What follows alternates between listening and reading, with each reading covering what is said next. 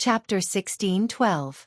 Song Downing said indifferently, "Don't forget, Enchanting and Zhao Chuanyuan's marriage was the late emperor's idea." En and Zhao pushed the boat along with the current, each leaving a way out for the other's descendants. The Duke clicked his tongue and said, "This bunch of scholars, they really have a lot of cunning guts." Song Downing sighed softly and said, "Scholars have a lot of cunning minds, while martial artists refuse to be controlled. Since His Majesty ascended the throne, it has actually been quite difficult. What's not easy is that His Majesty has done very well." Gao Shizhi stared at this good friend of his, who had nothing to hide from him, and asked in a deep voice, "Have you decided?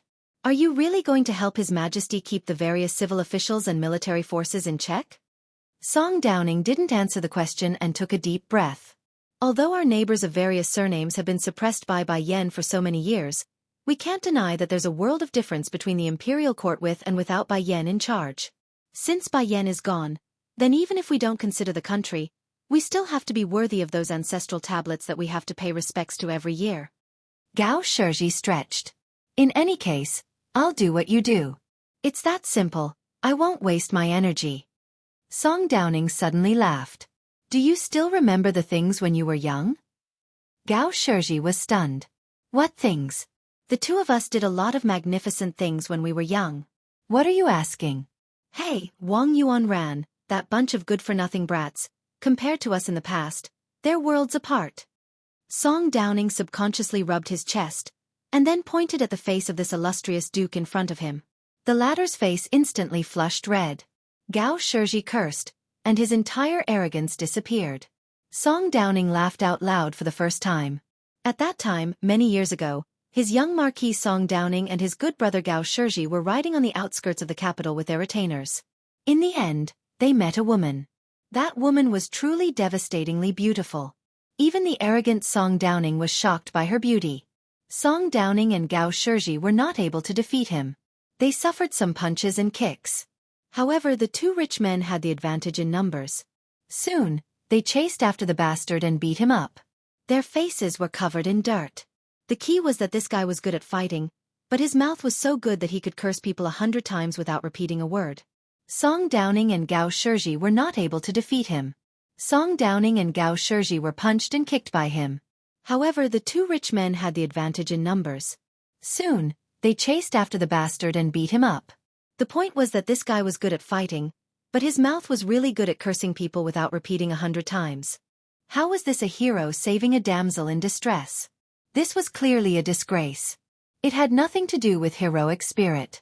It was clearly an internal conflict between two groups of lechers. Neither of them was a good person. Then Song Downing was kicked 7 or 8 zhong by the woman with the sword on her back. Gao Shizhi was slapped and spun 7 or 8 times in the air. Then the young man from Liaodong charged in front of the woman with a face full of gratefulness. He grabbed her hand and said some words of gratitude. He was not willing to let go. Gao Shizhi and Song Downing only found out much later about that bastard surnamed Su. His fate was not much better than theirs. His entire body was sent flying far away. After he fell heavily on the ground, he still gritted his teeth and squeezed out an ugly smile. He shouted with all his might, "You are my Su Zhao's wife. Either you kill me, or you marry me." In the past, as long as Su Zhao was in Great Peace City, there would be no lack of excitement. Now, his son had come to Great Peace City. It seemed to be very lively. The Duke of Yen and the Marquis of Huayang were very disappointed. Because in the morning court session, the young vassal king who had caused a great disturbance did not appear. In comparison, the other news only slightly lifted the spirits of the officials. Wu Zhongshuan, the top general of the south under Zhao Bing of Yen, had secretly left Guangling Road and went north. He suddenly appeared in the court of the capital, and was promoted to the Minister of War of Liang. At the same time, he was ordered to immediately return to Guangling Road to supervise the war. He would lead the Ministry of War as the great general of the south.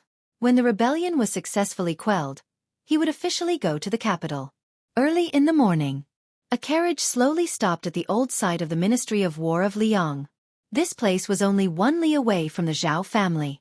Before the change of location, the Liang dynasty, which was called the Barbarians of the North by the 8 countries of the South, had the position of the Ministry of War in the 3 provinces and 6 ministries. It was beyond the imagination of the people of Liang. At that time, not to mention the Ministry of Personnel, as long as you were not a general of a local town, even if you were the head of the Secretariat of the Hall of Secretaries or the left servant of the Menxia province, you would have to obediently make way for the assistant minister of the Ministry of War's carriage. As to those arrogant imperial censors, their only use at that time was to be the punching bag for the officials of the Ministry of War. It was not strange for them to be whipped half to death for no reason. 2 emperors, in a short 40 years, had made the Central Plains recognize the orthodox position of Liang. Countless scholars took root and sprouted in Great Peace City, a former border city. They grew into trees that reached the sky, and formed a place where scholars did not lose to West Chu. The young person who walked down from the carriage stood at the bottom of the steps.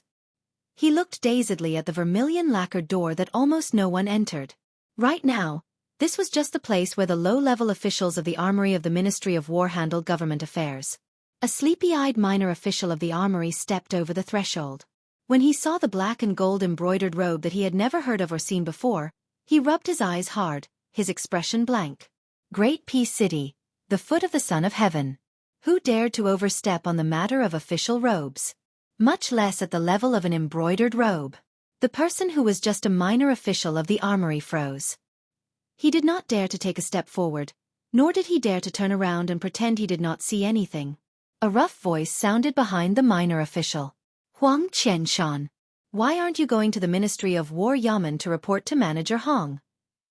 Did your boots get stuck in dog shit? The minor official swallowed, turned his head and said, Official Yang, someone has come. The tall man behind the minor official, who had also not left the ranks of the corrupt, walked around the person surnamed Huang. When he saw the young person, he gave him a few glances and then silently turned around. He then ran through the door with lightning speed and disappeared completely. Done in one go. This was probably the reason why Huang Qianshan had called him Official Yang. Official Yang's run had completely blocked off Huang Qianshan's path of retreat. If he ran again, even Huang Qianshan felt that it was not right. This minor official forced himself to run down the stone steps. He bent down and asked, Do you? When he said this, he suddenly choked. Just now, in his panic, he did not dare to carefully identify the number of the black and gold embroidered robe, the number of toes, and the water feet. How could he know whether to call the young person in front of him Duke, Marquis, or His Royal Highness? There were too many ways to be an official in Great Peace City. Just the residences of the officials were divided into the rich and powerful. When they went to each place, they had to burn different incense. Otherwise, if they went to the wrong temple and burned the wrong incense, breaking the rules and taboo, it would be a minor matter to sit on the bench in the yamen for a few years. Su Fengnian laughed softly and said, This king is just here to take a look. You do not have to report anything to the yamen. This king. Hearing this shocking title, the minor official's legs went soft and he almost fell to the ground. In the large Liang dynasty, there were not many people who could call themselves this king. Now a few of them had died, and the so-called king on the same level, who were given the title of king after the emperor ascended the throne, according to the laws of the Zhao dynasty, were still not allowed to enter the capital. Then, since this king in front of him was so young, his identity was clear. The officials in the capital all knew what kind of person the king of Jing and Zhao Sun was. Don't talk about him wearing an embroidered robe and strolling around. He would rather stay in his residence and not see anyone. The minor official's teeth chattered and said, Bei, King of Beiliang, is there anything you need me to do? Su Fengnian smiled and said, Didn't official Yang just ask you to go to the Ministry of War? The minor official with sweat on his forehead said, It's okay. It's okay. It's the first time King has come. Our yamen is so honored. Su Fengnian waved his hand and said, Go. Just when the minor official was about to bow and run away, he heard the notorious Northwest King said softly, Huang Qianshan, remember to say loudly before you leave, yamen is an important place. Without the permission of the Ministry of War, no one is allowed to enter. The obedient Huang Qianshan's mind went blank. It wasn't until Huang Qianshan had obediently shouted out and walked far away that the belated Armory Division petty official finally woke up with a start. He was so scared that he could only walk shakily with his hands on the wall. He thought to himself, Am I looking for death? But when he walked for a long distance, he seemed to suddenly think of something. He looked back and saw the young king who was still standing in the same place, the young man who he often scolded and ridiculed together with his colleagues a few years ago. Huang Qianshan's eyes were complicated. He sighed and turned away. The minor official, who was afraid that he would not be qualified to participate in the court meeting in his life, gradually lost his fear and suspicion. But for some reason, he felt a little uncomfortable. Chapter 16:13. When Su Fengnian boarded the carriage, Su Yanbing asked, "Why don't you go in and take a look?" Su Fengnian smiled and said, "The place where Su Xiao pretended to be a grandson when he was young. I won't go in." Su Yanbing smiled knowingly and nodded. General should be thinking the same. The carriage headed toward the nearby Zhao family. Just as court was ending, many carriages headed toward them. After all, other than the powerful 6 ministries, there were many other yamens of various sizes in the capital. Carriages and officials on horseback brushed past this inconspicuous carriage. Su Yanbing stopped the carriage outside the Ministry of Rites yamen. The carriages and mounts of the officials of the Ministry of Rites had already taken up all the space, causing the wide path in and out of the yamen to be extremely crowded. There was no way around it. The Ministry of Rites was the most important and noble place of the dynasty. It was very busy to receive and send off people. Many officials of other ministries who had not been willing to step half a step into the Ministry of Rites would occasionally come to the Ministry of Rites to find a doctor to talk about old times and get close to him. As for the Minister of Rites Sima Puhua and Left Assistant Minister Jean Lanting, there was no hope. Unless it was someone of the assistant minister level, it was impossible to meet them. Speaking of which, when one reached the position of assistant minister, one could not put down their face. Of course, there was no need to use such a crude method to get close to others. So when Su Yanbing casually stopped at a spot, a minor official from the Ministry of Rites quickly walked over. He did not immediately order Su Yanbing around. There were many serpents in Great Peace City. There were many bloody precedents, and they had learned a principle. It would not be wrong to be kind to others and endure as much as possible. Being a coward was better than being a tortoise that stuck its head out and got chopped off, right? The minor official quickly rejoiced at his cautiousness. When he saw the clothing of the young person who had raised the curtain, he immediately understood. As expected of someone from the Ministry of Rites. Compared to the absurd comical actions of the 2 people from the Armory Bureau of the Ministry of War, this person quickly bowed deeply and said respectfully, "This official greets the King of Bailiang." Su Fengnian got off the carriage, nodded, and walked straight to the Ministry of Rites yamen. The official from the Ministry of Rites didn't dare to stand up even after Su Fengnian had walked through the door. It was as if he couldn't wait to bow until the end of time. The one who led the way for the young king was an extremely unlucky official from the Ministry of Rites. He happened to meet the King of Bailiang on a narrow road, and there was nowhere for him to escape. His subordinates also instantly distanced themselves from the official. They didn't even have the slightest awareness of sacrificing themselves for justice. Is it not easy to enter the Ministry of Rites? If he did not have a familiar person of sufficient rank to lead the way, would the other officials of the Ministry of Rites, who had suppressed their resentment for many years, make things difficult for him? The truth was of course the truth. However, would the person in front of him care about these shitty rules? When he was still Bailiang and His Royal Highness, he could already carry a sword to court. So when the official from the Ministry of Rites heard that the King of Bailiang wanted to see the old minister, he didn't even dare to fart. He bowed and led the way. He only said that after the minister left court, there would be a political discussion in the imperial study that would not be shaken even by thunder, and that the king might have to wait for a while. When Su Fengnian walked into Sima Puhua's room, he didn't refuse the official from the Ministry of Rites who served him tea.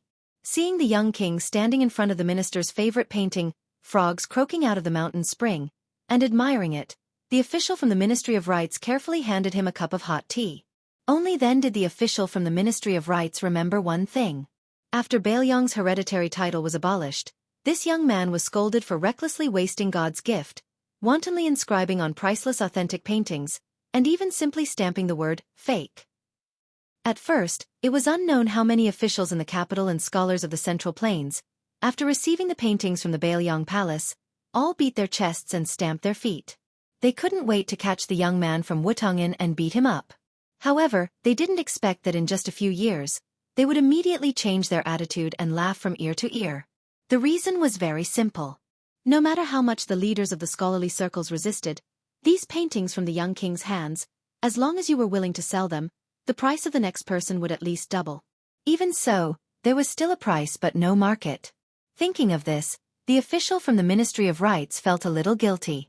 When Jean Lanting, who hated Baelyong the most, entered the Ministry of Rights and took the second position, he reluctantly parted with his treasures and publicly sold several paintings to show his loyalty. However, he still secretly kept a cool invitation, thinking that one day when he was old and left the officialdom to return to his hometown, he would take it out and show it off to others. Perhaps one day when he was at a critical moment in his official career, he would sell the small invitation with only 2 words, at a low price, to his early imperial examination master.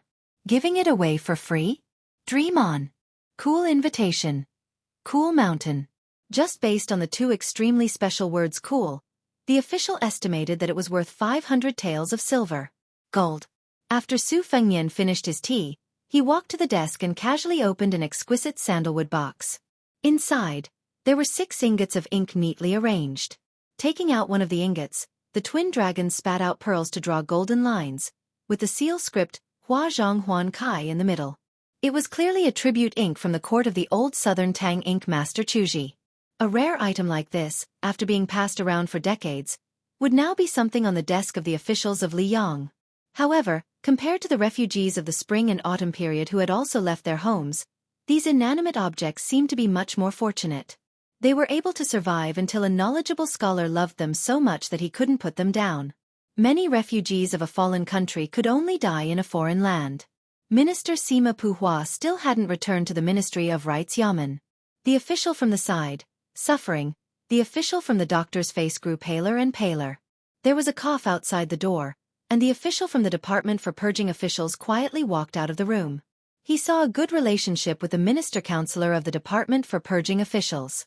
He was a good person who had been a minister-counselor for over 10 years and still hadn't been promoted. The latter quietly said with a sad face, "Sir Lu." When the minister reached the yamen door, he turned around and left. He said he had to go to the Ministry of Door to take care of business. He also said that we must not let the prince know. He told us to only say that today's meeting will take a long time and that he may not be able to leave the palace before noon. He also told us to take good care of the prince. Whoever makes a mistake will be punished. Hearing this grievous news, the official almost jumped up and cursed. He resisted the urge to run away on the spot and took several deep breaths outside the room, as if his heart and liver were in pain. At this time, he suddenly had a flash of inspiration. The official whispered in the ear of the minister-counselor. The latter had a troubled expression. The official patted the latter's shoulder heavily and said in a resolute and decisive tone, "Hurry up and go." After explaining the matter, the official returned to the room as if he was walking on thin ice. He tried his best to speak in a calm tone to the young prince. When he spoke, his face was full of sincerity and guilt. A few years ago, when he secretly gathered a servant girl from the manor to catch the fierce woman in bed, he didn't see the official from the doctor's side like this. Su Fengnian glanced at him and expressionlessly said, "Minister isn't here, but Assistant Minister Jiang and Jean Lanting should be here, right?" The official didn't have time to think about the meaning of the 2 different titles. He pecked at the rice and said, "Minister Jiang is here, he is here." Originally, Minister Jiang asked for leave and temporarily returned to the yamen to take care of government affairs. After Minister Jean left the court, he directly returned to the Ministry of Rights. He is also here.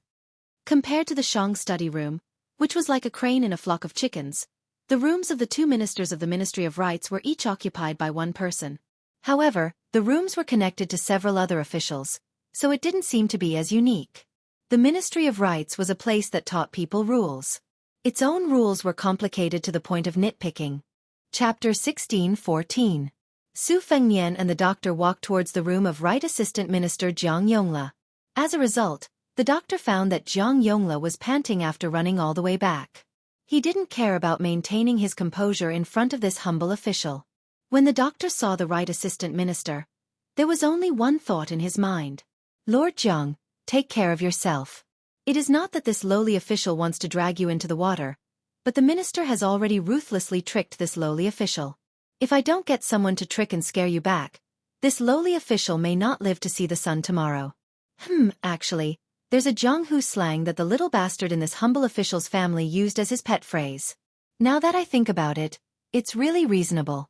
In Jianghu, one has to be a Taoist who doesn't die. To be honest, If Lord Jiang dies suddenly, this humble official will definitely try my best to shoulder the burden of the Ministry of Rights.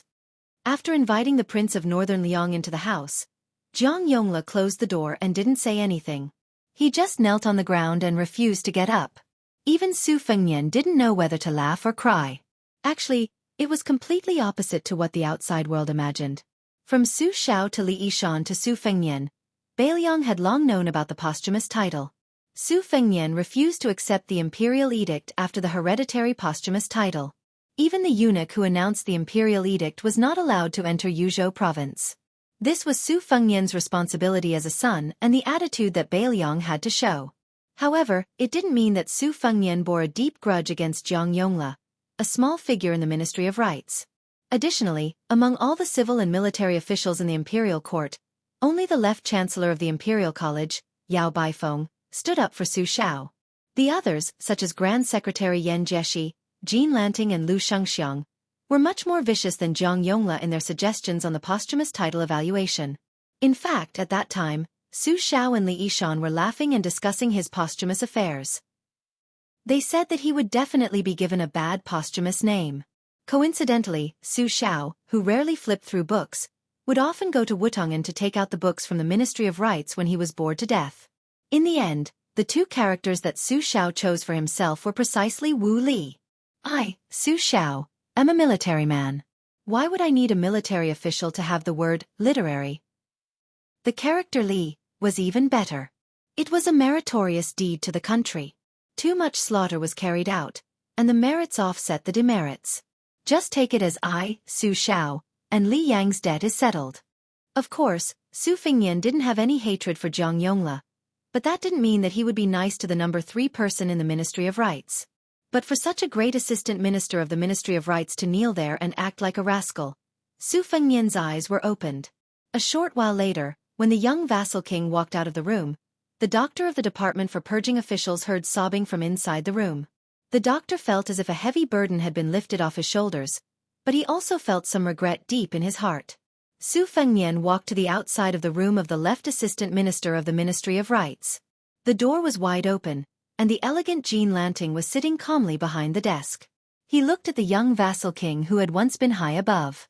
This third junior Jin who had quickly risen through the bureaucracy of Great Peace City showed no fear and looked coldly at him. Jin Lanting narrowed his eyes and didn't move. He didn't even rise to greet him. You have become the king of Bailiang through hereditary succession and have taken another step forward. But I, Jin Lanting, am no longer a minor landowning household of that little county. Then the doctor of the Department for Purging officials heard the king of Bailiang say, "Move further away." This young man who held the 300,000 cavalry of Bailiang did not close the door after stepping over the threshold. But no one dared to raise their head to see what was happening inside. Soon, a loud sound came from inside the room. The Department for Purging officials jumped in fright and trembled all over. After an unknown amount of time, the young vassal king walked out of the room. He lightly patted his dust-free sleeves and left. The Department for Purging officials was hesitating about whether to enter the room when they heard the left assistant minister, who paid the most attention to his speech and actions, yell at the top of his lungs, "All of you, scram!" The entire Ministry of Rights Yamen had the bone-chilling coldness of winter. Su Fengnian walked towards the carriage. Seeing Su Yanbing's curious gaze, he said with a smile, "I didn't kill anyone, but there are people who feel worse than death." Su Yanbing's gaze was slightly strange. Su Fengnian helplessly said, "I didn't take off my pants. But if you have this kind of hobby, I can take you there. Now, that guy is probably still weeping." Su Yanbing hurriedly waved his hand and laughed. Su Yanbing finally stopped laughing. When Su Fengnian was about to get into the carriage, he asked, "Are we going to the Imperial Astronomer next?" Su Fengnian nodded and said, "Yes."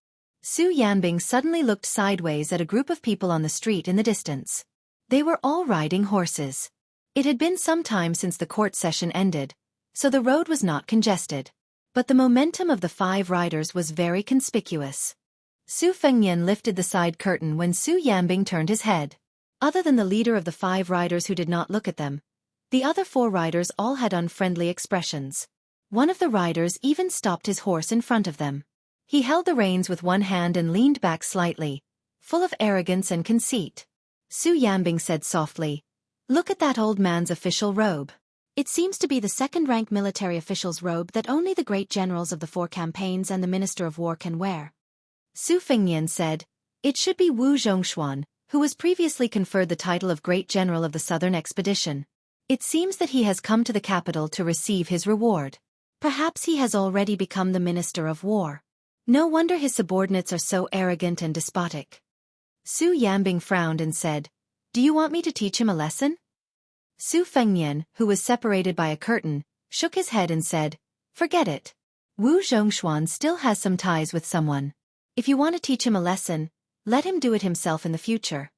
Just as Su Fengnian was about to ignore the provocation in the other's eyes, the other stopped his horse and raised his hand to make a hand across his neck. Su Yanbing said calmly, "Your Highness, you can't just let me go back and forth and be a cart driver, right?" Su Fengnian smiled and said, "Okay. Remember not to hit too hard." Su Yanbing asked, "Half dead?" Su Fengnian replied, "The other party is not a weak civil official. There is no glory in beating him. However, he is a general of Nanjiang who has been through hundreds of battles. Half dead is not enough. If you don't beat him half dead, you will be letting down their reputation of being comparable to the Bailiang cavalry." Su Yanbing, who had let go of the reins, could not help but smile and said, "There is such a reason?" Su Fengnian put down the curtain and said slowly, "As long as the Bailiang cavalry is there, it is the reason." Su Yanbing disappeared in a flash. In the next scene, Su Yanbing kicked the side of the large horse's abdomen. The Nanjiang general was sent flying along with his horse. The horse's 4 hooves flew into the air and landed heavily in the distance with a loud crash. No one saw how Su Yanbing attacked. The tall and sturdy general who had not yet rolled off the horse was kicked 50 or 60 feet away. Fortunately, this street, which was second only to the Imperial Road in the capital, was wide enough. Otherwise, he would have sunk into the wall. Su Yanbing stepped on the head of the dying general and looked at the other riders. Other than Wu Zhongshuan, who had calmly turned his horse around, everyone was furious. Su Yanbing did not say anything. He only used the sole of his shoe to pinch the general's head. Bailiang does not care if you are an official of the Ministry of War. Who cares if you are a Nanjiang general? Wu Zhongshuan raised his whip slightly and stopped the 3 irascible riders from trying to retaliate. The old general, who was now wearing a standard second-rank lion official robe, slowly rode forward alone. He looked down at Su Yanbing and asked knowingly, "Bailiang Su Yanbing?" Su Yanbing replied indifferently, "Did you bring 1 or 2,000 elite soldiers to be stationed in the Jingji Southern Army camp? Otherwise, I'm afraid there won't be enough for supper tonight." Wu Zhongshuan's mouth twitched and he turned to leave. The 3 riders under his command galloped toward the general, whose life or death was unknown, to clean up the mess. Su Fengnian sat in the carriage, his hands folded like an old farmer's sleeves. His 10 fingers were interlocked and trembling slightly. The imperial astronomer was about to arrive. The source of the white clothes case in the capital was here. The spring and autumn saber armor died here. Chapter 16:15. There was a rumor that there was a famous little restaurant called Jojo Restaurant beside the Longshu Ditch overpass, which was used to suppress the water veins in the capital. There was an endless stream of high-ranking officials and dignitaries. The proprietress was a charming widow, but there had never been any rumors about her in the past few years. No matter how much the aristocratic Gongsun family and the descendants of the Jojo Restaurant fought over a table, no matter how much the 2 sides fought, the Jojo Restaurant, which seemed to be under the protection of a big shot, would always open the next day. If one was late, as long as it was time for the restaurant to close, no matter if one was the son of a minister or the grandson of a great general, they would all close the door and refuse to serve. The more the Jojo Restaurant was like this, the more the old gluttons in the capital liked it. Although it was very likely that a big shot like the assistant minister would be scolded by an audacious waiter when they went to the restaurant, everyone enjoyed it and never got tired of it. The 2 masters of the Song family, Tantanon and Huan Wen, the imperial college's Yao Baifeng, and almost all the ministers of the 6 ministries other than Gu Jiantang, as well as the central government officials, all came here to feast without exception. This year, there was another big shot, Qi Yonglong. It was said that before the head of the secretariat officially became a minister of Liang, the first thing he did when he entered the capital was not to meet the emperor, but to go straight to the Jojo Restaurant and get drunk. What was even more exaggerated was that this well-deserved leader of the literati was almost chased out of the Jojo Restaurant by the proprietress. Today, the The business of the JoJo restaurant was still booming. The main entrance had not opened yet, but the luxurious carriages and tall horses outside had already made the street near the river extremely crowded. Many diners were patiently waiting in a long line. A short, crippled old man came to the entrance of the backyard of the JoJo restaurant. Compared to the bustling main entrance, this narrow alley, which no one knew how to enter through many turns, was extremely cold and cheerless. Perhaps it was because there were few people here, but there was some dark green moss growing near the foot of the wall. The sunlight was blocked by the high wall, making it seem somewhat gloomy. The crippled old man was not in a hurry to knock on the door. Instead, he stared at a young man squatting on the steps and yawning. The young man also stared at the crippled old man with his mouth and eyes wide open. In fact, they knew each other. The old man, who usually only paid attention to the princes and ministers, remembered this rascal because the young ruffian had appeared on the street outside the JoJo restaurant yesterday and had a battle with the young princes. When the crippled old man returned to Xiaogo, he returned to Xiaogo. Xiaogo. Of Xiaogo. This guy. He. B. Originally, the old man had roughly confirmed that the so-called first young master of Jinzhou and second machete of Liaodong was not a spy who could not see the light of day, but a street scoundrel who did not know the immensity of heaven and earth and was unintentionally involved in the whirlpool in the capital. However, when he saw Wu Laifu appear at this time and place, Zhao Go, who had always believed that there were no outsiders and no foreign affairs in the world, was filled with killing intent. Wu Laifu, who put the iron saber on his knees, suddenly shouted, "Old man, I know you. Although you didn't make a move yesterday, I know that you're actually the same as me. We're both experts." Wu Laifu put on a fake smile. He was thinking about how to kill this guy quietly. JoJo restaurant was Xiaogo's forbidden area. Liang spies were not allowed to approach it, regardless of their status. This was a rigid rule set by Yuan Benshi. Although Master Yuan was dead, the crippled old man did not want to disturb the woman who lived in seclusion because of a trivial matter, unless it was absolutely necessary. This time, the crippled old man broke Master Yuan's rule. He had no choice but to come here because the new head of Xiaogo had spoken. The crippled old man, who even the king of Beiliang and Fu Shuifeng only knew his surname was Yao, looked at the young man who was carefully holding the saber and asked with a smile, "Young hero Wu, how do you have the leisure to squat here and look at the sun?" Wu Laifu's martial arts skills were mediocre, but he wasn't stupid at all. Otherwise, he wouldn't have been able to steal the limelight before Li Haoran. Now, the name Wu Laifu was quite famous in the capital. Yesterday, Wu Laifu had returned twice and witnessed the battle from beginning to end. Among them, the aging of the middle-aged man and the death of the youth with the saber made him gasp in amazement. Therefore, the lame old man who had not revealed his strength from beginning to end was naturally not someone that Wu Laifu could compete with. Therefore, Wu Laifu was very nervous. His palms were sweaty, but he still maintained his annoying smile and said, "Senior, isn't looking at the sun the same everywhere? I came to JoJo restaurant to ask for a job. I walked from Liaodong to the capital and used up all my traveling expenses. I'm not a martial artist who breaks the law. I'm a good citizen who abides by the law." The crippled old man smiled and said, "Looking for a job? The capital is so big. Can't you find a job anywhere?" The young man's smile became more and more stiff. He rolled his eyes and hesitated for a moment. Then, he lowered his voice and said, "Senior, we're both open-minded people, so I might as well be frank with you. Everyone in the capital knows that JoJo restaurant is very deep. I'm thinking that a woman can support such a restaurant. Either she's a hidden peerless expert, or the waiter in the restaurant is a top-notch martial arts grandmaster, or maybe a chef is a famous martial artist who has retired from the martial arts world for many years. I came to JoJo restaurant to find a job. Earning money is secondary. My main goal is to learn from an expert who can dominate the martial arts world." The crippled old man stared at this whimsical young man. He did not know if he should slap him to death or give him a thumbs up and praise him for being so *king smart. The crippled old man looked at the guy who had an incomparably sincere gaze and a face full of innocence, and could not help but tease. "If I remember correctly, young hero Wu is an expert who only lost to the king of Beiliang by 1.5 moves. Why?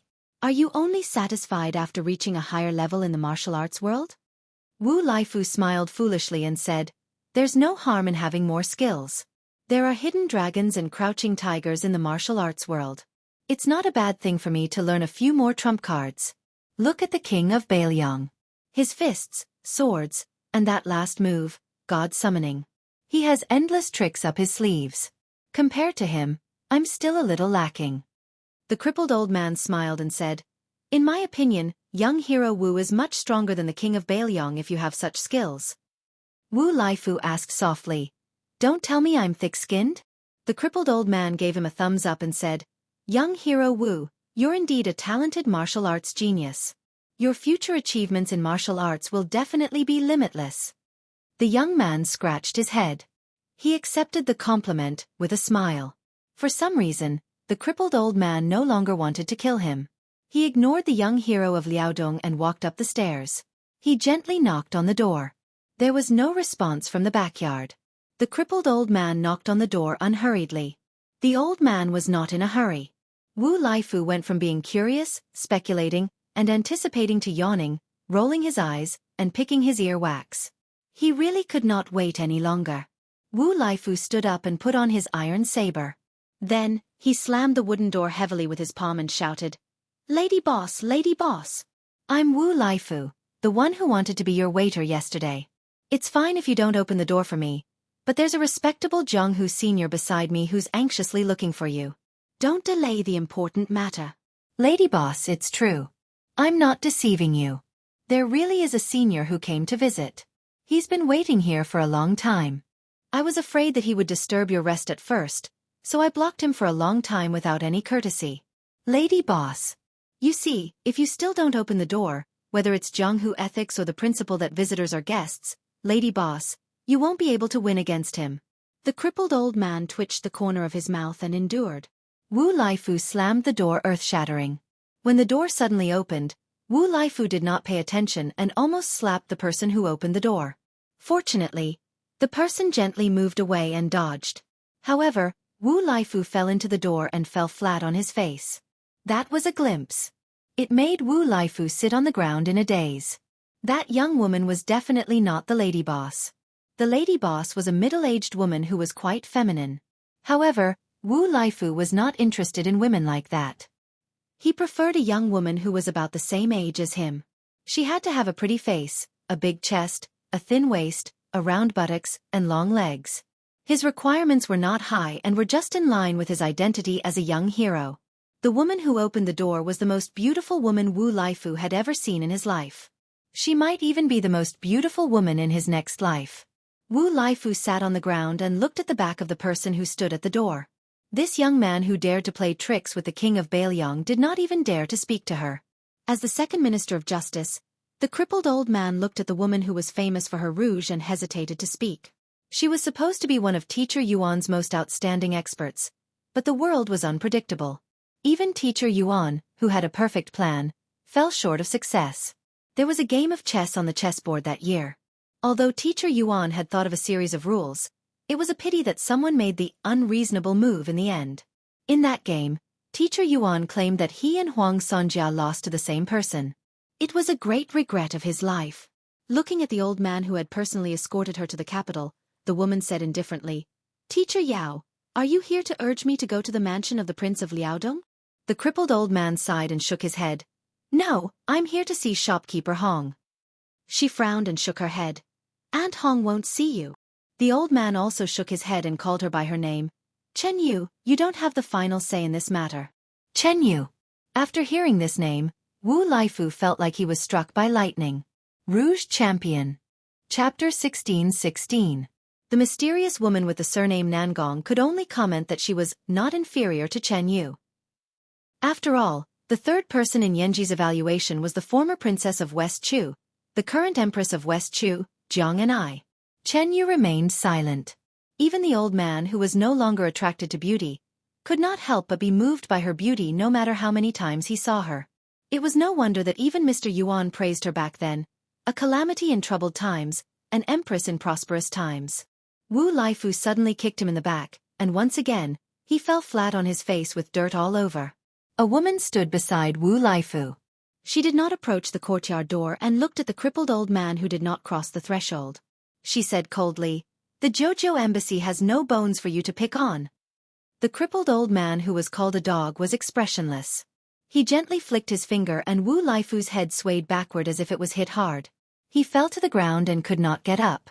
Then the old man said softly, "Shopkeeper Hong, it was the Empress' intention to ask you to leave the Jojo embassy this time." The lady boss did not speak. Chen Yu lowered her eyes.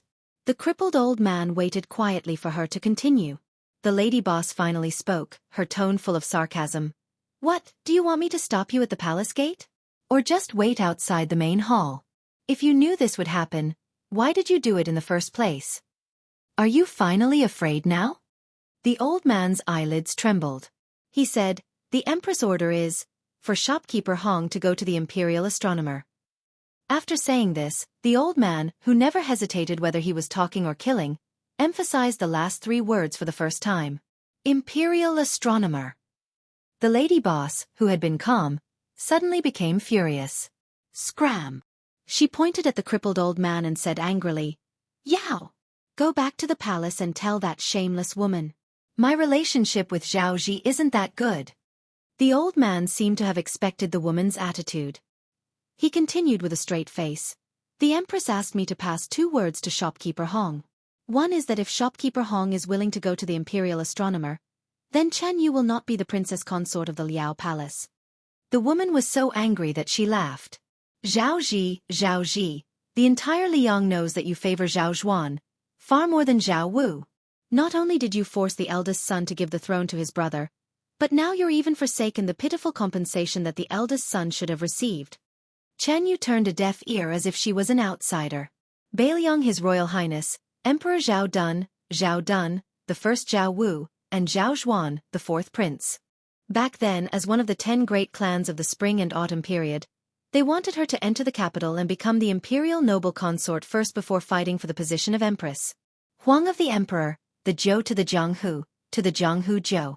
Later Mr. Yuan, who spoke vaguely, asked her to get close to the 4th prince, who had not yet married Yan Donggu. Empress. Empresses, Liao, Prince, Zhao, Shi, to the Liao, Prince of the Liao Emperor of the Emperor. Empress. Chen. Her grandfather, who was once famous for his strength of character in the Central Plains, only told her before his death that she was needed for the revival of the family. Her master, whose identity was hidden and whom she respected, only smiled and said that there was a book that should be written like this. Benchi, who had a half-inch tongue, only dipped his finger in wine and wrote 6 words on the table in front of her. "You're the empress, and I'll live an ignoble life." In the end, she was summoned to the palace. Looking at the woman from afar, she only saw the woman nod and let her out of the palace. She didn't resist even once. Chen Yu never yearned for the Jianghu because she knew that the men in the Jianghu seemed to be glorious, but in fact, they were all helpless. She also never yearned for the imperial palace because she knew that the women there were all caged birds. Chen Yu knew what she didn't want, but she never knew what she wanted. Therefore, she let nature take its course time and time again. Chen Yu couldn't say that she was sad, nor did she have any self-pity. She was like duckweed drifting with the current. When Chen Yu heard Auntie Hong, who taught her paper cutting, tell the crippled old man to get lost again, Chen Yu didn't feel sad at all. Was it important whether she went to Liaodong or not and whether she became a princess? The old man looked at the woman who had been a widow for many years.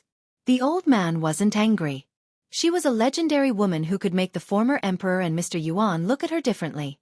Even if she punched his head, the old man wouldn't care. The old man said calmly, "Shopkeeper Hong, the emperor's second sentence is that Xie Guining is already in the Imperial Astronomer, and Prince of Shu, Chen Jibao, may also be there." The woman instantly quieted down and her lips turned pale.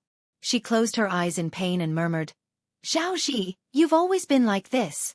In the past, you could ignore everything for your man, but now for your son." The old man looked at the sky and reminded her, "If you don't go now, it'll be too late." She slowly opened her eyes and asked, "Is the carriage ready?" The old man nodded. The woman walked to the door. When she passed by Chen Yu, she suddenly held her hand and said softly, "Go with Auntie Hong. If we die there, it'll be good." Chen Yu thought about it and smiled. The Imperial Astronomer wasn't famous in the marketplace, but it was one of the most important places in Liang's capital. Many officials of the 3 provinces and 6 ministries never had the chance to set foot there. Therefore, Whether or not an official could borrow a book or two from the Imperial Astronomer's library became a benchmark to measure the status of an official in the capital.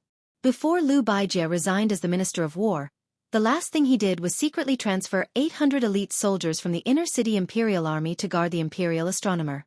And just 2 days ago, the Imperial Astronomer, which was already heavily guarded, had secretly increased the number of elite soldiers by another 600 or so. There were 2 generals who wore armor instead of the robes of military officials. One was close to 60 years old and the other was in the prime of his life. Both of them stood at the entrance of the Imperial Astronomer with their hands on their swords, acting as 2 door gods.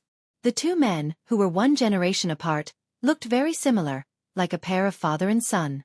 The old general was Li Shogua, the shooting commandant stationed in the northern part of the capital.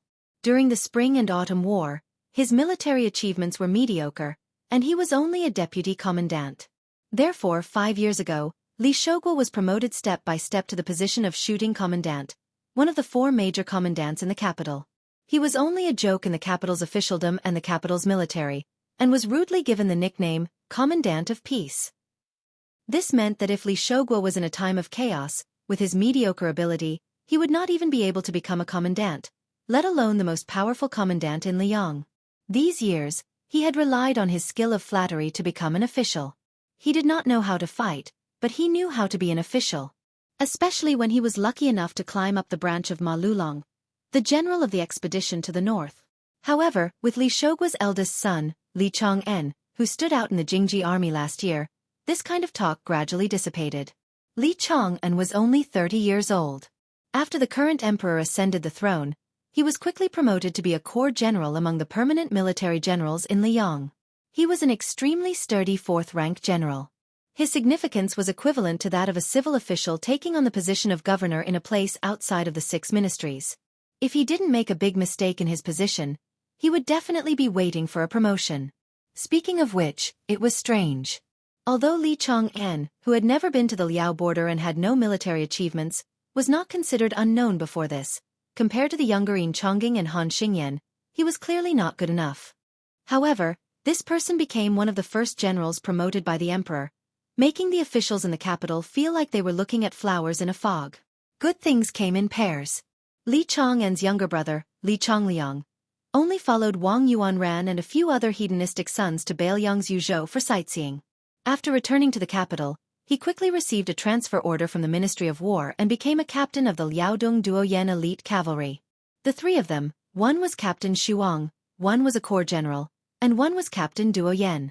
This made the Li family, whose ancestral graves were emitting smoke, suddenly have a saying in the court, Little Gu family. Although the father and son worked together to guard the gate of the Imperial Astronomer, Li Shogua and Li Chang'en never looked sideways. Compared to Li Chang'en's calmness, while Li Shogua's face was calm, his heart was beating like a drum. Not long ago, the eldest son, Li Chang'en, suddenly received an imperial edict to enter the palace to meet the emperor. He was quickly transferred out of the inner city and led 800 imperial guards to guard the Imperial Astronomer between the royal city and the palace. He himself also quickly entered the capital from the northern part of the capital. The transfer order to enter the capital did not come from the Ministry of War document. It came from the Li family's benefactor, General of the North, Hufu. General Ma Lulong was an old man nearing 80 years old and had been bedridden for many years. In the Liang army, in terms of seniority, only Zhao Cheng, Yang Shenxing, and Yan Zhenchuan could compare. In addition, Yang Shenxing and Yan Zhenchuan had both been demoted and killed. Even though Ma Lulong had not participated in ceremonies and court meetings for nearly a decade, the previous emperor and the current emperor had never lacked in rewards for the Ma family.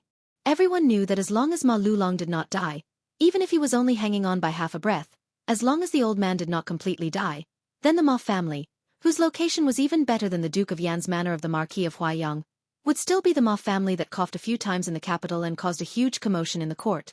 Li Shogua originally could not figure out why the Imperial Astronomer, which had nothing to do with officialdom, needed to muster such a large force. 600 Imperial Guardsmen plus his own 800 elite soldiers in the northern Jingji army. A total of 1,400 people. Who were they guarding against? Who was worthy of such a grand treatment? Chapter 16-17. It was only when he heard that before the Prince of Northern Liang entered the capital, He had brought along 800 northwestern cavalry soldiers and made the western army led by Hu Qi officer Qi Chonggong become his bodyguards that Li Shogua finally understood. Because Li Shogua was a general with real power, and because he had saved the life of the old general's only son during the war in Dongyue, he had long since become an honored guest of the general of the north, Ma Lulong. In the early years, he had vaguely heard a secret rumor in the Ma family. It seemed that there had been a strange and treacherous conspiracy in Great Peace City.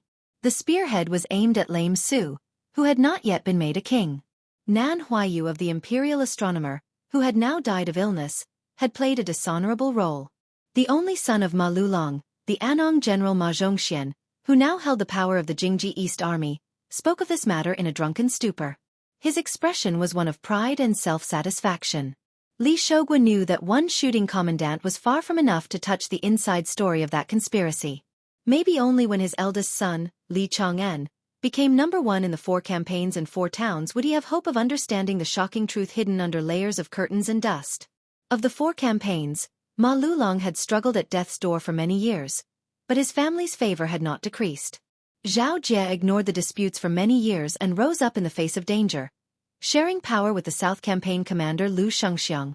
Yang Shenxing had long left the capital for Ji province. He seemed free, but he was actually far away from the core of the dynasty, which affected the speed of Yang Huchen's rise. If Yang Huchen had not lost an arm on the Guangling Road battlefield, the price would have been too great and the court would have felt bad about it. Otherwise, not to mention the deputy general of Ji province, he would probably have fallen into silence. Then, when Yang Shenxing died of old age, the Yang family would have quickly become a second- or third-class family in Liang. Yan Zhenchuan, a famous cavalry commander with splendid military exploits, a true military general of the Zhao dynasty, actually died in battle at the border of Guangling Road. In the end, he was only brought to his coffin with an exceptional posthumous title, that was all. 4 great generals of the dynasty who were of the same rank and second only to great General Gu Jiantang had 4 completely different endings. After Li Shogua figured out the hidden ins and outs of the matter, he was both horrified and chilled. Ma Lulong, the head of the old Ministry of War in Liang, was the first person to show strong enmity towards Su Xiao. Zhao Kuang was the general who firmly supported the Battle of the Western Fortress.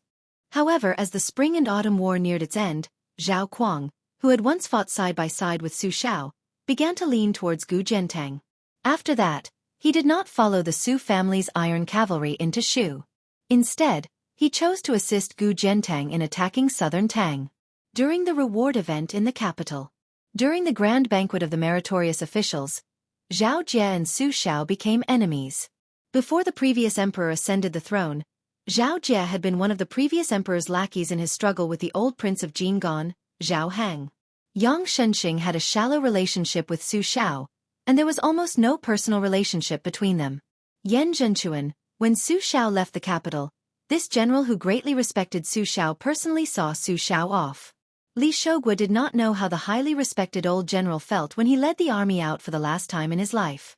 The eldest son, Li Chang'an, who had always been quiet and cautious, did not agree to his father's request for a banquet after he was promoted to a general without any warning.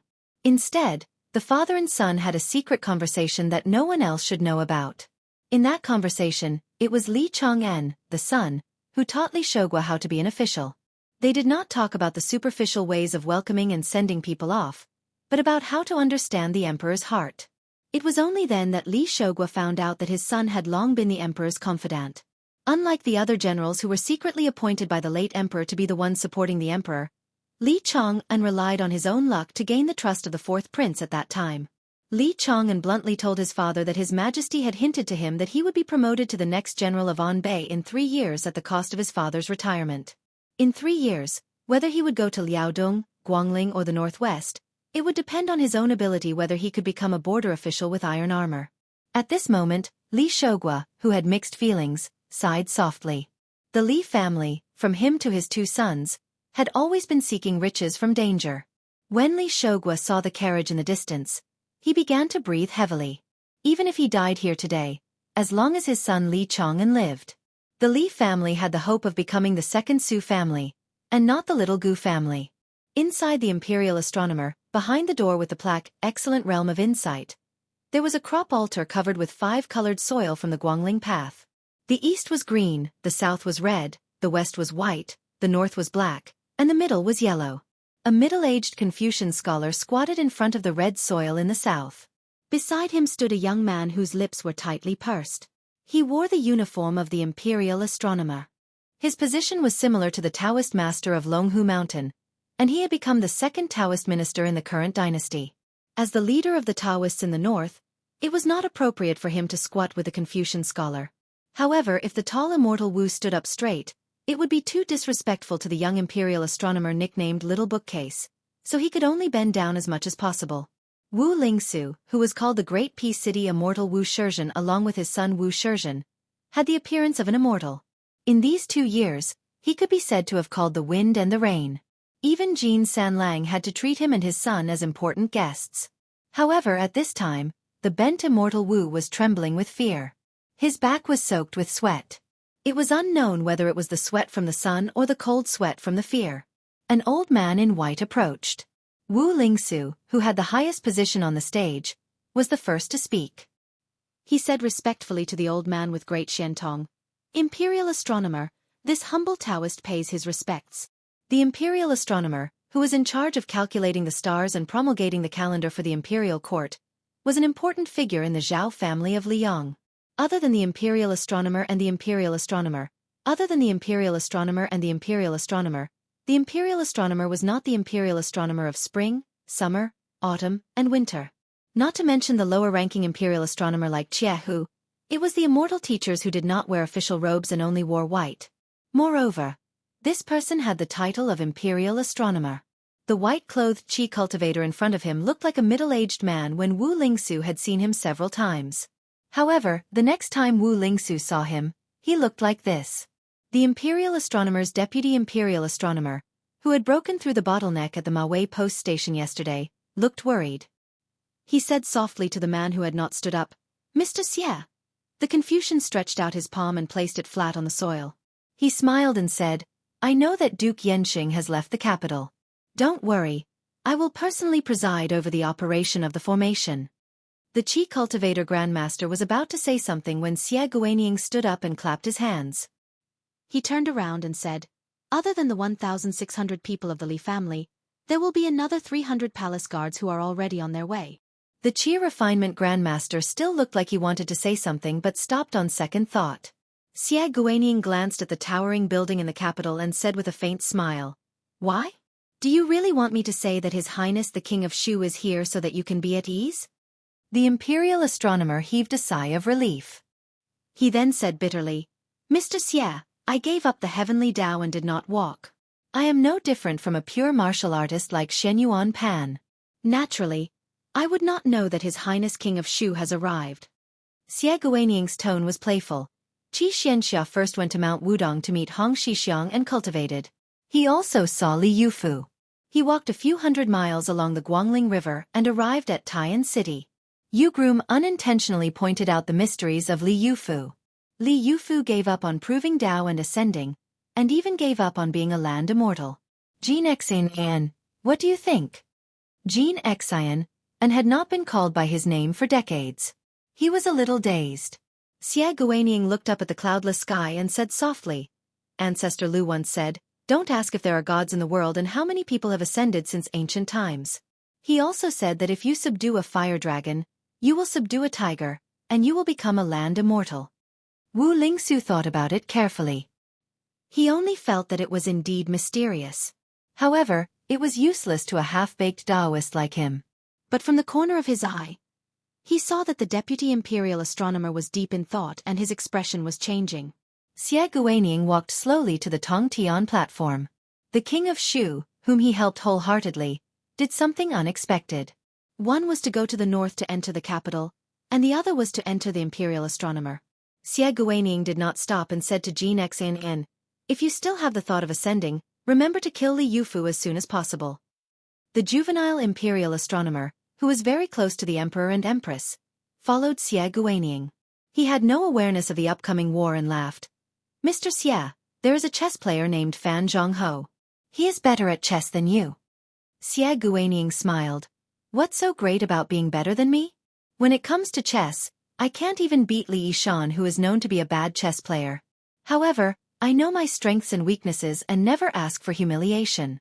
Nalan Yusi is different. I remember that year. I watched him lose to Li Yishan 16 times in a row. He still did not admit defeat. I've seen a lot of people who care about winning and losing. He is the only one who cares so much.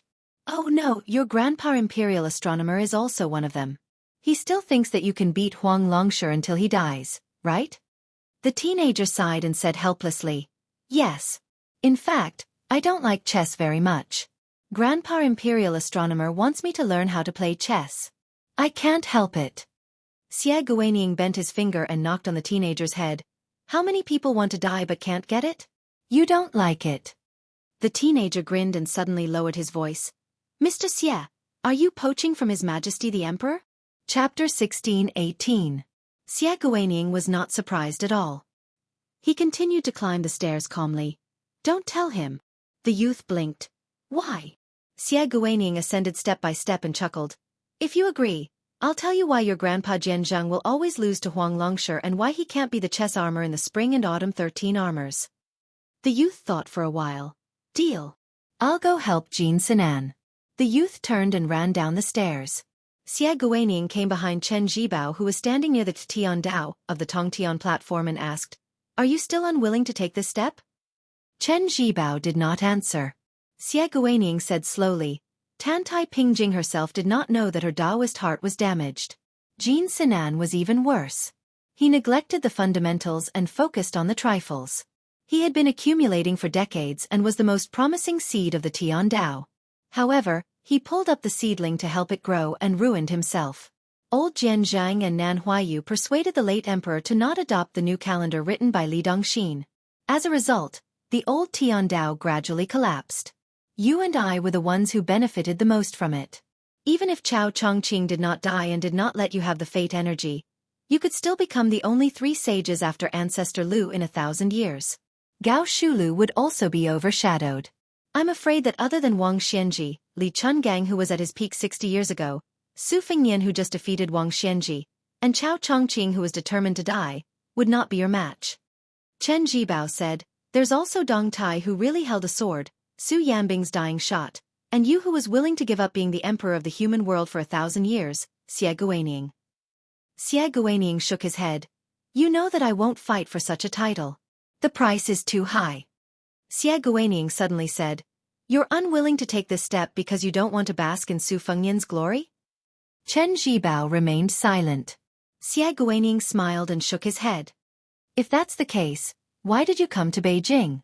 Is it fun to watch Su Fengnian strut around? Chen Zhibao did not say a word. Xie Guaniying gently sighed. You contradict yourself. After a long time, Chen Zhibao, who was looking into the distance, suddenly said, We seem to have missed a person. Xie Guaniying said nonchalantly, No matter how much effort I put in, a disobedient chess piece is dead. Outside the Imperial Astronomical Observatory, Archery Commandant Li Shogua acted as if he was facing a great enemy. The 2 carriages on the left almost sped over, and then suddenly stopped not far from the main gate. 2. Other than the king of Bailiang, who else would dare to get involved in this mess? Could it be that Su had reinforcements? Li Shogua gestured Li Chang'an not to leave the gate and walked towards the 2 carriages alone. As a result, the nervous captain was stunned. 2 elegantly dressed women walked out of the 2 carriages. However, after seeing one of them clearly, Li Shogua immediately knelt on one knee and cupped his fist. Li Shogua greets the Empress Dowager.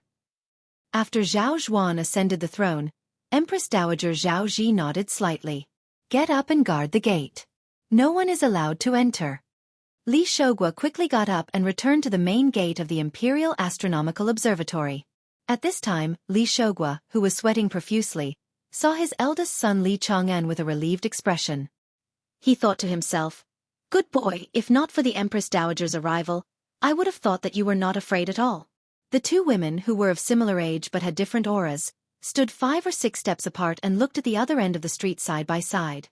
Empress Dowager Zhao Ji said with a hoarse voice, Today, even if you die, you must stop him. Otherwise he will die. Jiu Jiu Restaurant's proprietress smiled. Back then, he lied to his mother. This time, is it still a lie? Zhao Ji suddenly turned to look at this woman. She bit her lips so hard that it was slightly bloodshot. This woman, who was once married to the scholar named Sun Ping, might have gone mad. She actually laughed heartily. I am a woman. Now, I am a widow who runs a small business. Back then, even though I knew that my man wanted to die, I endured it and did not interfere. On the way here, I indeed wanted to stop that child at all costs. When I got down from the car just now, I don't know why, but even if I wanted to watch that child die, I felt that I should not stop him. Women, you, Zhao Ji, are not the only one to fall out with others. Actually, anyone can do it. Zhao Ji narrowed her eyes. You want Su Xiao and Wu Su's son to die so badly. Moreover, it is the eldest son, Su Fengnian? The proprietress's lips twitched. Zhao Ji, my memory is better than yours. I remember that Su Xiao said a long time ago that there is no one in the world who deserves to live or can't die. There is no such logic. It is not easy for a man to walk in this world. It is not shameful to think of living as long as possible. But sometimes, it is even more necessary to die. Zhao Ji's face was as dark as water. Unknowingly, a young woman stood behind each of the two women. Princess Sui Zhu, Zhao Fengya, Chen Yu. Between the two of them, one was haggard and the other was in high spirits. When the proprietress of Jiu saw the black at the end of her vision, she turned to Chen Yu and smiled. Back then, you should have seized the opportunity to make a move. It is a pity that you missed some men. Chen Yu seemed to have recalled some past events. She raised her finger and pointed at her chest. She smiled and shook her head. Aunt Hong, when I first met that guy, he kept looking at me here. It is really difficult for me to make a move on such a man. The proprietress held back her laughter and scolded the brat. She said hatefully, if the upper beam is not straight, the lower beam will be crooked. You are indeed the same as your father. Chen Yu grunted twice. She lowered her gaze slightly and looked at the towering scenery. Her eyes were clearly full of smiles, but her tone was somewhat aggrieved. My place can't be fake, right? The carriage approached slowly. Even though he knew that the imperial astronomer would not be able to cause a ruckus with the presence of the Empress Dowager Zhao Ji, Li Chong'an's heartstrings were taut in an instant. Li Shogua was sweating profusely and his vision was almost blurred. A young man lifted the curtain and got out of the carriage. He did not deliberately avoid the Empress Dowager Zhao Ji, Princess Zhao Fengya, Sun Ping's wife, and Chen Yu, but he did not deliberately approach them either. When Zhao Ji saw this, she clenched her fists and said in a low voice, Su Fengnian. Su Fengnian, who was facing the imperial astronomer, slowed down his footsteps. Zhao Ji stared at the handsome face that resembled the face of a certain woman from back then. This young man was still young. He was different from the high-spirited person he had seen before. He was also different from the white-haired person he had seen before. This time, the young man surnamed Su was reserved and calm. Zhao Ji said angrily, Su Fengnian, don't forget that you are now the king of Beiliang. Beimang will still send its army south at any time. He did not stop walking. If he walked another dozen steps, they would see his back. Zhao Ji said in a heavier tone, Yuan Benshi, Yang Tai Sui, Han Shengxian, Teacher Lu, they're all dead. Other than Yuan Benshi, the other three have all died by your hands. They're all dead. Zhao Ji found that the young man showed no signs of stopping. A deeply hidden panic appeared in her eyes. She forced herself to calm down and said, Su Fengnian, even if you don't consider your own life, you have to consider the millions of Beiliang's people. If you die in Great Peace City today, do you not know that the 300,000 cavalry will come to the capital? Do you not know that the Beimang army will take the opportunity to step into the Central Plains? The young man finally stopped walking. Zhao Ji could just see the side of his face that was clearly defined. Perhaps it was because of the rough sandstorms of the northwest and the tempering of the battlefield. There was no gentleness on the young man's face, only determination. Seeing this person stop, Zhao Ji did not let down her guard. She continued, The emperor tolerated you entering the capital without permission this time. You, Su Fengnian, should understand. Su Fengnian did not turn his head. He looked at the solemn imperial astronomer. Many people, including you and Zhao Duan, do not understand why after the white clothes case in the capital, my father left the capital and returned to the Su family's camp with hundreds of thousands of armored soldiers. He still did not lead his army into Great Peace City. Even when my father died, he did not tell me why. Su Fengnian paused. But after I wandered outside Bailiang like a dog for 3 years, I understood why. Su Xiao did not dare and was not willing to drag his fellow soldiers who had fought in the north and south for half their lives to die with him. But if Su Xiao was not just a level 2 master of martial arts, but a top expert of the martial arts, he would have charged into the palace alone and killed all of you. Do you know what I wanted to do the most after returning to Bailiang? It was not to inherit the throne one day and control the 300,000 border soldiers of Bailiang. It was to practice martial arts and become the best in the world. At that time, I was not afraid of death, but I was afraid that I would be like Su Xiao for the rest of my life and only be a master. I wanted to practice martial arts even in my dreams. No one knew that on the border of Liangmang, there was a young man who did not want to sit under the awning and finally reached the first level of Vajra realm. How happy was that? Su Fengnian narrowed his eyes. The reason I said this is because you are women. But don't forget, Zhao Ji, in the white clothes case, my mother was also a woman. Su Fengnian started to walk forward.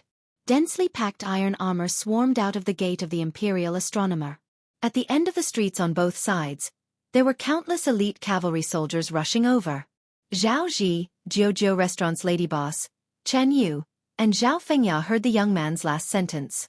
What Su Xiao wanted to do but could not do back then, I, Su Fengnian, will do today. Su Yanbing no longer sat in the carriage. He slowly installed the spearhead on the spear. Inside the carriage, there was a large black and gold embroidered robe that he had taken off from his body. The young man who walked toward the Imperial Astronomer. An old cold knife hung from his waist. He was dressed in white. Chapter 16:19. I have something to do tonight, so I only have one chapter today. After the morning court was dismissed, the emperor did not hold a small court meeting to discuss politics as usual. He only had the head eunuch of the ceremony directorate, Song Tonglu, call for the scattered left cavalry attendant, Chen Wang. At that time, Chen Wang was about to walk down the white jade steps with the provincial head official, Huan Wen, but he could only stand where he was. Because the left scattered cavalry was an important official in the central government, his position in the so-called Golden Imperial Hall was quite close to the front.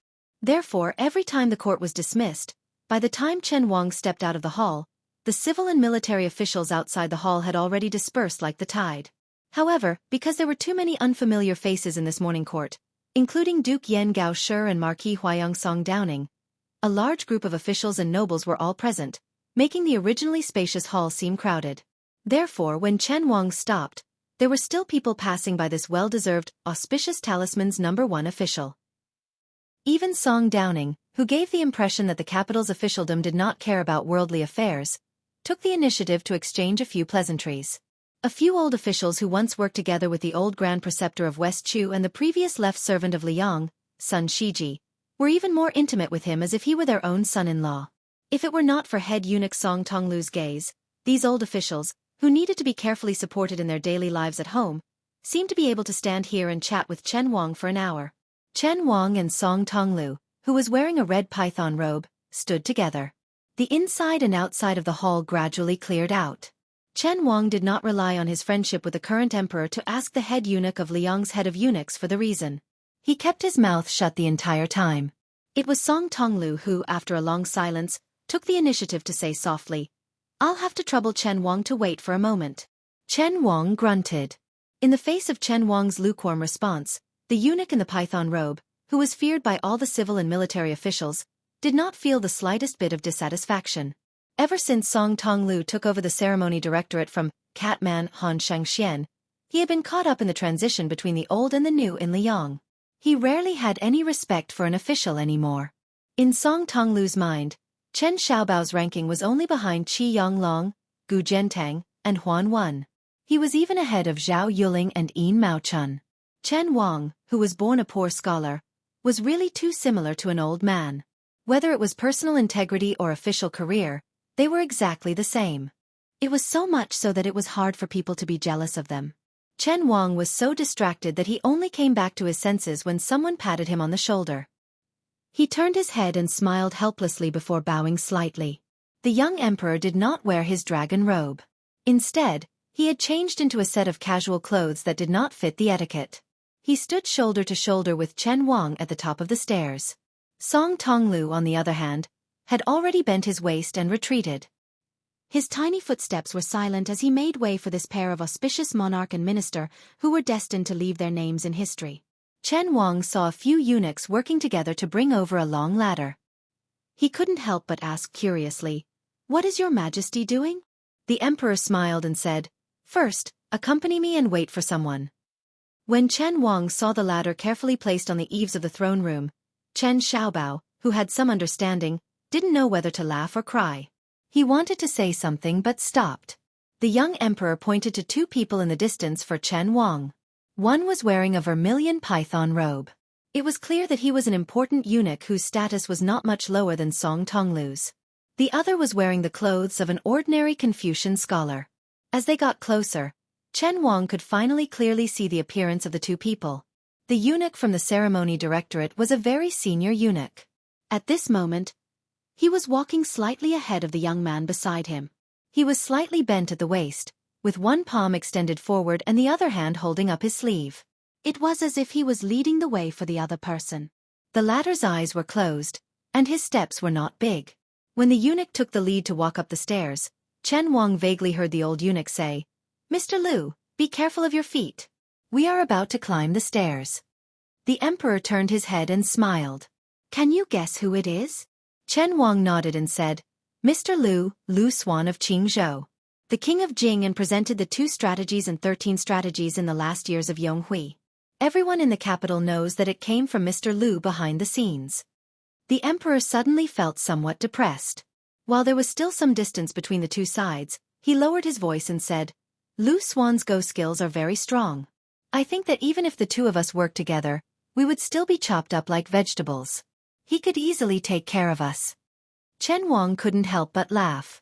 He quietly joked, "Why don't we get the 10th chess saint, Fan Zhongho? If it doesn't work, doesn't your majesty still have the imperial astronomer and eunuch Zhang to support you? If the 4 of us go together, are you afraid that we can't beat one Lu Su? If it doesn't work, there's still Wu Congxian, who claims to only lose to Fan Zhongho. If it still doesn't work, we can take turns and deliberately test Lu Su to see how long he can last. We don't have to be afraid that he won't make a move." The young emperor gently elbowed Chen Wang's waist and scolded jokingly, "It's one thing to bully Mr. Liu's poor eyesight and find Fan Zhongho to be our military advisor. You even want to take turns? Can't we be more shameless?" Chen Wang said shamelessly, "This humble subject's face isn't worth much anyway." The emperor raised his elbow and was about to strike again. Chen Wang quickly moved a few steps away. The eunuch from the ceremony directorate led Lu Su closer to the emperor and Lord Chen. When they were about 10 steps away, the emperor quickly walked down the steps and took Lu Su's hand. He smiled and said, "Mr. Liu, I'm sorry to have invited you into the palace in such a hurry." Lu Su didn't reveal the slightest bit of fear and trepidation. He calmly said, "It's a pity that Lu Su is blind and can't see the spectacular view of the palace." When the eunuch who was holding the brush saw this scene, his eyelids twitched. After the young emperor and Lu Su, who was still a commoner, reached the top of the steps, Chen Wang smiled and greeted Lu Su, Chen Wang of Menxia province. "It's my honor to meet Mr. Liu." Lu Su bowed and said, "Lu Su greets Lord Chen." Chen Wang accepted it calmly. That bow was the first and last time Lu Su bowed to an official of Liyang since he entered the capital until the end of his life. Many years later, Lu Su quietly died of illness. Grand Secretary Chen Wang stood in the deserted morning hall where only a white-haired old woman was and returned the bow today. The emperor said to Song Tonglu and the eunuch in charge of writing in a deep voice, "I want to climb the steps with these 2 gentlemen. One of you will dismiss everyone nearby and the other will guard here. Remember, in the time it takes for a stick of incense to burn, I want to see no one in the palace from the roof." The old eunuch in charge of writing quickly left. He naturally didn't dare to fight with Song Tonglu for the position of guarding the steps. Under the emperor's irrefutable order, Chen Wang had to climb the steps first. Lu Su followed closely behind. The young emperor and Song Tonglu held the steps for the 2 of them on the left and right. Song Tonglu didn't raise his head, but he caught a glimpse of the young emperor from the corner of his eye. An emperor with an excellent reputation in the court was holding the steps for a young official and a poor scholar in white. There were 2 pairs of boots above the emperor's head. Song Tonglu's eyes suddenly reddened. When the 3 of them reached the roof of the lofty hall, The eunuch with the seal of the ceremony directorate was completely out of sight.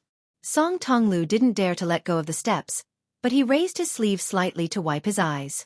Chen Wang helped Lu Su to sit near the roof ridge, leaving the middle seat for the young emperor. After Zhao Zhuan sat down, he smiled and asked, "Is this your first time seeing the scenery of the capital?" Haha, me too. Me.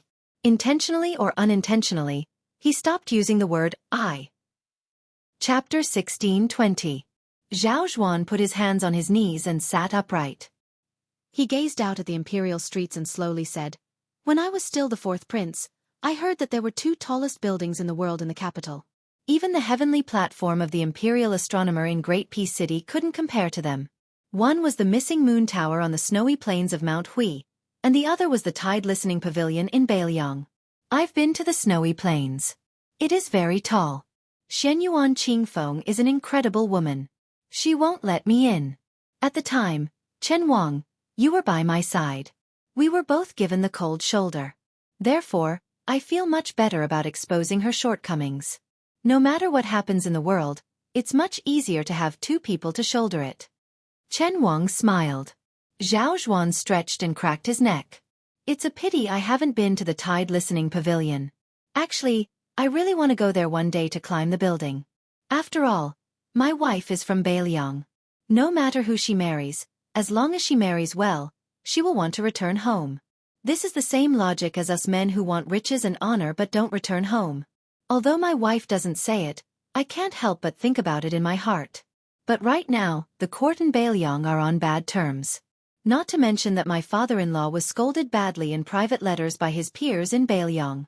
Even my brother-in-law, who is good friends with Su Fengnian, didn't get to see Su Fengnian when he went to Bailiang Palace on Mount Qingliang. This time, Su Fengnian also came to the capital to avoid arousing suspicion. My brother-in-law didn't go to the Demayi courier station either. Actually, I wouldn't mind at all if I saw him. Why would I mind? I feel guilty towards the Yan family." Zhao Zhuan put his elbows on his legs and rested his chin on his hands. He gazed at the imperial road that seemed to extend all the way to the South Sea. The way of a subject is to follow the rules. The way of a son is to be filial. But in my opinion, whether it's a subject or a son, you can't escape the bottom line of being a human being. Remember the past and remember the kindness. Great Peace City, especially the so-called Golden Imperial Palace under our but, what does it have the most? Most of them were officials. There are many officials who are very capable. They are able to get benefits from both sides and do everything flawlessly. But as for their ability to conduct themselves, I don't think so. But most of the time, even though we know that the people inside and outside the hall have selfish motives, generally speaking, as long as it doesn't harm the country, I and the former emperor, who sit on the dragon throne, will turn a blind eye to it. After all, when the water is too clear, there will be no fish. Sometimes, we even have to personally add fuel to the fire. But this doesn't mean that we aren't sick of it. Day after day, year after year, listening to the cheers and praises, it's really a very boring time. Zhao Zhuan suddenly couldn't help but laugh out loud.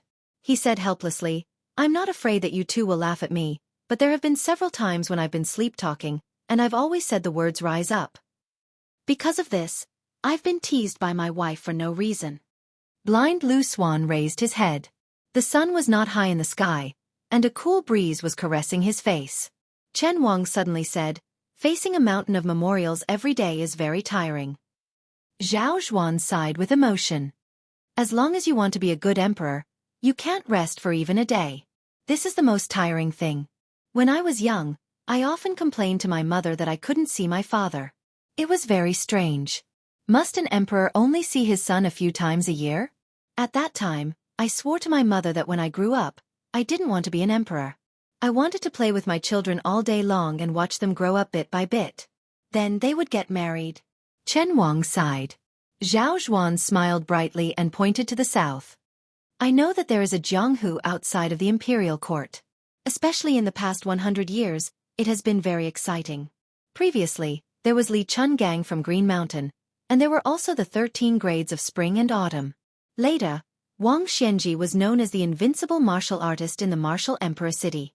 After Huang Longshe scattered the remaining fate energy of the 8 kingdoms of spring and autumn into Jianghu, more and more top-notch masters sprung up. A few years ago, I would occasionally think that if I wasn't a prince, but a young man from a Jianghu sect, would I be able to get into the martial arts review? Even if I wasn't a first pin master, it wouldn't be difficult to be a master who could command the wind and clouds in a county, right? Not to mention other things, just based on my extraordinary ability to read memorials every day without frowning, I should be able to make a name for myself, right? Lu Su smiled and said, ordinary masters want to make a name for themselves in the Jianghu world. It's not as easy as climbing up the ranks in the imperial court. Zhao Zhuan nodded and said, therefore if I were only Zhao Zhuan, then I would actually be very envious of Su Fengnian. The young emperor paused for a long time. I also admire Su Fengnian. Lu Su said gently, in a small place called Yongzi Alley in Qingzhou, I once gambled chess with the king of Bailiang and won a lot of money from him. Therefore, I roughly know that it's very difficult to catch the eye of the king of Bailiang. Out of all the civil and military officials in the imperial court, there are only a handful who can do it. But at the same time, it's also very simple. Perhaps the peddlers like him and are willing to treat him as a friend. Chen Wang smiled and said, if it wasn't for the money the king of Bailiang used to buy poetry and literature, allowing me to gather the money to go to the capital for the imperial examinations, I would most likely be a private teacher in Bailiang. Zhao Zhuan said calmly, therefore if it wasn't for Su Fengnian, the three of us wouldn't be sitting here today. Maybe it would take me 5 years, 10 years, or even 20 or 30 years to be able to sit here and chat with someone else. I want to thank Su Fengnian, and I also want to thank all of you. Lu Su said calmly, if it was someone else who became the emperor, I, Lu Su, and Sir Chen wouldn't be able to sit here for the rest of our lives. Therefore, there's no need to thank the two of us. The meaning behind the blind scholar's words was self-evident. Zhao Zhuan wasn't angry and said softly, the Su family's 800 cavalry rode from Bailiang straight to the capital. I had people carry an imperial edict and respectfully escort him into the capital. I had the minister of the Ministry of Rights stand guard at the city gate because this is the treatment the 300,000 Bailiang cavalry who guard the gate of the Central Plains deserve. Su Fengnian massacred everyone at the Mawei post station, attracting countless masters to join forces. He fought great battles one after another, and could be said to be the masterpiece of Jianghu. I didn't pay attention to it because this is the treatment Su Fengnian deserves as the martial arts grandmaster of Liang. Before coming here, I heard that he went to the Ministry of Rights Yamen wearing a vassal king's robe. Not only did he beat up left assistant minister Jean Lanting, he even pulled out Jean Sanlang's beard. I still wasn't angry because he is one of the most powerful vassals in Liang. I, Zhao Zhuan, can take a step back for him. Even if he took care of the old minister, Sima Puhua, I can still endure. To the extent that the previous emperor could tolerate Su Shao, I can tolerate Su Fengnian to the extent that I can tolerate him. It doesn't matter even if it's more. Because I am sitting on the dragon throne, he is guarding the country for me. Zhao Zhuan clenched his fists and placed them on his knees. He narrowed his eyes and said, but he wants to go to the imperial astronomer, to the place where the Zhao family of Liang rose. He wants to destroy the painstaking efforts of countless people. I can't stand it. I'd rather he come to the imperial palace and point at my, Zhao Zhuan's, nose and curse when there is no one around.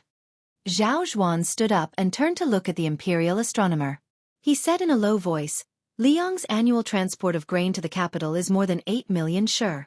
Excluding the amount that cannot be ignored in the capital, I originally planned to give 1 million sure to Bailiang every year.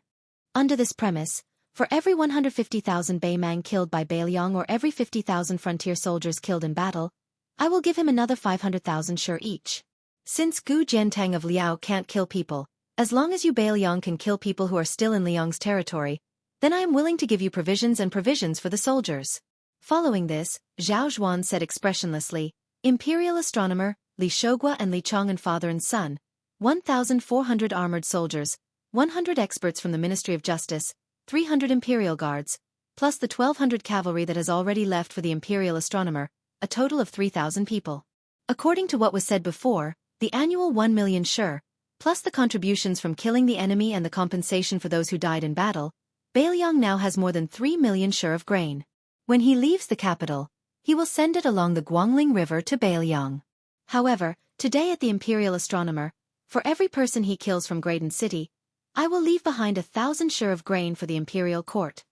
The grain of the Central Plains was used to buy Baimang's head and also to buy Bailiang's life. Lu Su was indifferent. Chen Wang wanted to speak but stopped. Was the young man rushing to the imperial astronomer Su Zhao's son or Wu Su's son? They looked the same, but were very different. Was it the king of Bailiang, the leader of 300,000 cavalry, or was it the Jianghu Grandmaster Su Fengnian who had mastered martial arts? They looked the same, but were very different. The only young emperor standing said calmly, "Therefore if you, Su Fengnian, have the ability to kill 3,000 people, then do it." Chapter 1621. The 1,400 armored soldiers of the Li family surged to the gate of the imperial astronomer like a flood. They formed a tight formation like a barricade. In reality, there was only one person in front of the armor. The 1,400 elite soldiers who had specially changed into heavy armor, other than the two generals, Li Shougua and Li Chong'an, were all inside the gate of the imperial astronomer. Not a single one stepped out. Wearing this kind of large armor that weighed 50 catties was equivalent to abandoning all flexibility and mobility. Originally, it should have appeared in a special battlefield where the foot could stop the cavalry, relying on the innate weight of a single armor and the momentum condensed by a dense formation to resist the impact of the cavalry's charge. However, if an army was only equipped with heavy armor, large shields, and long spears and crossbows, no matter how steady they were, they would not be able to chase after the cavalry even if they succeeded in stopping the charge of the cavalry. They would only be able to defend and would not be able to expand the battle results. However, on today's strange battlefield, no one found the equipment of 1,400 people that defied common sense to be ridiculous. In fact, most of the soldiers wished that they could wear another set of armor that was suffocating after being worn for a long time. The 100 copper fish bag masters that the Ministry of Justice had carefully selected from the rivers and lakes of Liang over the years were divided into two groups. They stood on the two wings of the infantry formation. Their positions were very particular. They were slightly scattered and tried to squeeze into the imperial astronomer's field. At the same time, they could coordinate with each other to prevent the enemy from circling around and entering the gate. At the ends of the wide street outside the imperial astronomer, the infantry and cavalry arrived. The 300 imperial guards with golden embroidered scabbards were the first to leave the cavalry. They walked as fast as they could, sticking close to the base of the wall and heading straight for the imperial astronomer. They blocked in front of the 1,400 infantry. The 1,200 cavalry that had been urgently transferred from the northern Jingji army had a majestic aura. They were far more in line with the title of a Tiger Wolf army than the western Jingji armies who Qi officer Qi Chonggong's western wall camp. They were in no hurry to charge. They stopped their horses at the two ends of the street and watched covetously. When they did not show up earlier, the sound of the horses' iron hooves hitting the street was like thunder. This already showed that part of the cavalry was terrifying enough to tear apart the enemy formation. This mysterious cavalry that had never appeared before the eyes of the capital was an elite cavalry that the general of the north, Ma Lulong, had spent most of his life and a huge amount of money to build. The location and number of soldiers were not recorded in the Ministry of War's files. The Ministry of Revenue of Liang did not have to bear the expenses of this cavalry. For the past 20 years, it had always been directly transferred from the treasury of the Kingdom of Zhao to support the shocking expenses of maintaining the operation of the cavalry. Historically, only the old Minister of War, Gu Zhentang, had the qualifications to know the inside story. When Chen Zhibao and Lu Baijie temporarily took over the Ministry of War, they were already unable to know too many details. They could only roughly know the growth of the cavalry, from the initial 300 to 500, 800, before Chen Zhibao stepped down as Minister of War and became a vassal. When Lu Baijie was demoted to Guangling Road as Jidushi, they could only speculate that this cavalry had shown signs of a sudden increase in numbers from other sources. This was because after the ascension of the emperor, especially after Bailiang's victory over Bei Mang, the Ministry of War and the Ministry of Revenue began to secretly deploy troops that were not legal. The Ministry of War selected soldiers, horses and armor, while the Ministry of Revenue had to pay a huge sum of money even if they had to tighten their belts. They didn't even dare to complain that they were poor. Moreover, the accounts had to be clean, so that even the doctors of the Ministry of Revenue who were not involved in the specific affairs of the Ministry of Revenue would not be able to see any clues. However, even Lu Baijie, who had once been the Minister of War, did not know that this cavalry had an extremely special significance to the three Zhao emperors of Liang other than its unstoppable and shocking combat ability. In the past 25 years, the cavalry had only secretly entered the capital 3 times. The first time was when Emperor Gaozu, who had established Liang's legitimate status, personally issued a secret order. Yang Taisui and Lu Haosher personally led the cavalry into the city. The second time was when Emperor Gaozu won the title of Meritorious Minister. The last time was when the previous Emperor Zhao Dun successfully wore the dragon robe that night.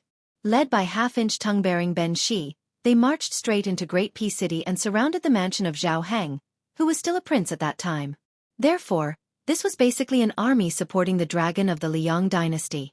The proprietress of Jiu restaurant looked around and for some reason, her smile was somewhat bleak. She muttered, "Sun Ping, is this the military might of Liang that you wanted to create back then?" She shook her head and collected her thoughts. She turned to Zhao Ji and mocked. "What, you're still not leaving? Are you staying here to use your status as the Empress Dowager to tie down Su Fengnian so that he won't dare to go on a killing spree?" Zhao Ji's expression was complicated. It was bleak, bitter, hateful, and fearful. In the end, he sighed and said self-deprecatingly, "A long time ago, you were only Wu Su's friend, even though we knew each other earlier. Now, you only treat Wu Su's son as a junior. As for my two sons, be it Zhao Zhuan or Zhao Wu, you're not even willing to look at them." The proprietress seemed to have heard the biggest joke in the world. She said sternly, "Fight, you've been fighting your whole life. Even today, you're still like this, wanting to fight for everything. Su Xiao overshadowed Zhao Dun. You're resentful. Wu Su's name shook the capital. You're not convinced. Now, Su Fengnian and Zhao Zhuan, these two youngsters, are upright, relying on their family's resources and abilities to wrestle with each other. What are you getting involved for? What can you do?" Chapter 1622. Zhao Ji's face was devoid of any rich expression. There was a rare sadness and decadence. He turned to look at the imperial astronomer and said softly, "Wu Su and Su Xiao are dead. My man is dead too. My son has become the emperor. What do I have to fight for? But you don't know what the imperial astronomer means to the Zhao family. The saber armor Qi Lianhua has killed all the Qi cultivators from the imperial astronomer. It has already affected the fate of the Zhao family in Liang. If Su Fengnian insists on killing people today, he will destroy the formation built by the previous Taoist masters of Mount Longhu. As a result, the items sent to the capital by the previous saint of the Zhang family, Yan Xinggong, will be destroyed. Do you know what kind of catastrophe this will be? You definitely don't know why the Empress of Beimang's million-strong army didn't even break through Beiliang's pass. More than 300,000 people died, but she didn't immediately strip King of the Southern Courtyard Dong Zhuo of his position as the commander-in-chief. She was waiting for Beiliang to see the hope of another victory after the great victory. She wanted Su Fengnian to enter the capital to ask for the transport of grain and fodder. During this time, she came to the imperial astronomer to settle the old score and destroy Liang's foundation. Therefore, the people who are watching the imperial astronomer now are that old woman and Beimang's Taiping commandant, West Chu's Chao Chongqing, Nanjiang's Yan King Zhaobing, and Liao's Gu Jiantang. Of course, at this very moment, Mr. Xie and the King of Shu are standing in the imperial astronomer. Zhao Ji sighed and said, "Is the imperial astronomer really just about the life and death of Su Fengnian and 3,000 soldiers? The Beiliang cavalry, West Chu's rebel army, Nanjiang's army, and Liao's border army are all involved. If we're not careful, Beimang's million-strong army will ruthlessly trample on the territory of the Central Plains. Even if they're eventually beaten back and driven back to the desert and grassland, how many people will die in Liang?" The lady boss deliberately showed a frightened and terrified expression. She covered her chest and said, "You scared me to death." The corners of Chan Yu's mouth curved slightly. The lady boss suddenly walked toward Zhao Ji. She raised her hand and was about to slap him. Zhao Ji remained motionless, his eyes cold. The lady boss smiled and retracted her hand. "Forget it. I'm afraid of dirtying my hands. Although this old lady's Jojo dojo is a small business, at least the things I make are clean. As for you big shots meddling in the affairs of the country, I don't give a damn about how you worry about the country and its people. In any case, I only know one thing. With Wu Su's son here, as long as Su Fengnian is alive, no matter if he is in Great Pea City or in Beiliang, no matter if he dies in the Imperial Astronomer today or on the battlefield in the future, in the end I feel satisfied. Because it makes me feel that not only is my man a fool who dares to risk universal condemnation, but also the father and son of the Su family, Su Xiao and Su Fengnian." The landlady walked towards the carriage, and Chen Yu followed closely behind. After the landlady sat down in the carriage, She looked at Chen Yu, who was bending down to enter. She teased. "Do you regret it now?" Chen Yu's bright eyes were smiling as she looked at the landlady. She did not speak. The landlady said in bewilderment, "If he was just a wretched lecher in the past and you did not like him, why are you still not moved?" Chen Yu hesitated, her expression strange. She finally said, "In the past, he only wanted to take me back to Bailiang and give me to his younger brother, Su Longxiang, to be his wife. Aunt Hong, do you think I would have agreed?" My teacher, Huang Longshi, was depressed for many days when he learned of this news.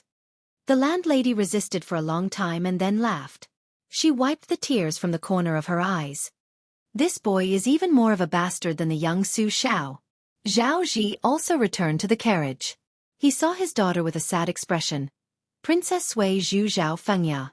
Zhao Fengya lowered her head and said, "Fourth brother promised me not to marry Chen Jibao." Zhao Ji said angrily, "I do not agree." A horse galloped with all his might. He rushed past the armored cavalry at the end of the street and headed straight for Su Fengnian. Su Fengnian was only 20 steps away from the gate of the imperial astronomer. He sighed when he saw the young man who had fallen off his horse. Yan Qiji, the Huang men of the Hanlin Academy and the younger brother of the current empress, stood in front of Su Fengnian with a face full of sweat and tears. He choked with sobs and said, "Brother Nian, don't go any further. His Majesty said that Bailiang can lift the ban on the transport of 3 million dan. However, for every one of the 3,000 armored soldiers who dies today, 1,000 dan will be deducted." Su Fengnian said softly, "Go back and tell Marshal Addict Kong that we are still brothers." Yan Qiji suddenly grabbed Su Fengnian's sleeve and said with tears streaming down his face, "Brother Nian, don't go. I beg you." Su Fengnian said softly, "Don't worry, I won't die. No matter how many people I kill, Li Yong will not dare to take a single dan less from the transport of 3 million dan." Then Su Fengnian shook his sleeve and broke free from Yan Qiji's grip. He scolded jokingly, "Get out of here. If you stay here, I will be distracted." Yan Qiji was conflicted. He gritted his teeth and did not say anything else. He suddenly turned around and mounted his horse again. Without turning his head, the young man raised his hand and gave him a thumbs up. Su Fengnian looked at the imperial astronomer. He held the old cold blade hanging from the left side of his waist. His left hand pressed lightly on the hilt. A pale-faced leader with a copper fish bag took 5 or 6 steps out of the formation and shouted, "Halt! Immediately retreat 50 steps from the gate of the imperial astronomer." The next moment, this Ministry of Justice official flew high into the air like a kite with a broken string. He fell heavily into the infantry formation behind the gate. Unknowingly, Su Fengnian was standing where he was standing just now. "Bailiang, you can fight or die, but you cannot retreat." Even facing 1,000,000 troops of Bei Mang was like this, let alone 3,000 soldiers of the Zhao family. Chapter 1623. The 300 imperial guards held the hilts of their swords at the same time. Even though the masters of the Ministry of Justice were repelled by the young king and were ready to break into the imperial astronomer, the 300 Zhao kingdom's elites still didn't immediately draw their swords to kill the enemy. Of course, this didn't mean that the royal guards were all pretty but useless. It also didn't mean that the royal guards had a good temper. If it had been anyone else standing at the door, the 300 royal guards with the secret edict would have already rushed up and killed them. However, for some reason, the young man in front of them didn't wear the king's robe. After all, he was the son of General Su Xiao, who had 300,000 Northwest Iron Cavalry. He was also a martial arts grandmaster who was as famous as Chao Chongqing and Dong Tai. In terms of Zhang Hu, he was probably more famous than the other 2 Earth Immortals. Whoever drew their swords first would die first. The reason was that simple. The consecrator of the Ministry of Justice was sent flying. The deputy commander of the Imperial Guards could only brace himself and take his place. This tall and sturdy peerless master of the Imperial Guards had an imperial saber with the name, Eternal Hui Tian, hanging from his waist. During the reign of the late emperor, it took the palace master 5 years to forge 18 swords. The first 3 swords were kept in the palace guards. Only when the late emperor wore the golden dragon armor and participated in the hunt, he would wear one of them. Until the end of the Yonghui dynasty, in addition to the 3 palace guards, the Yonghui Tian 16, 17, and 18 were given 3 swords.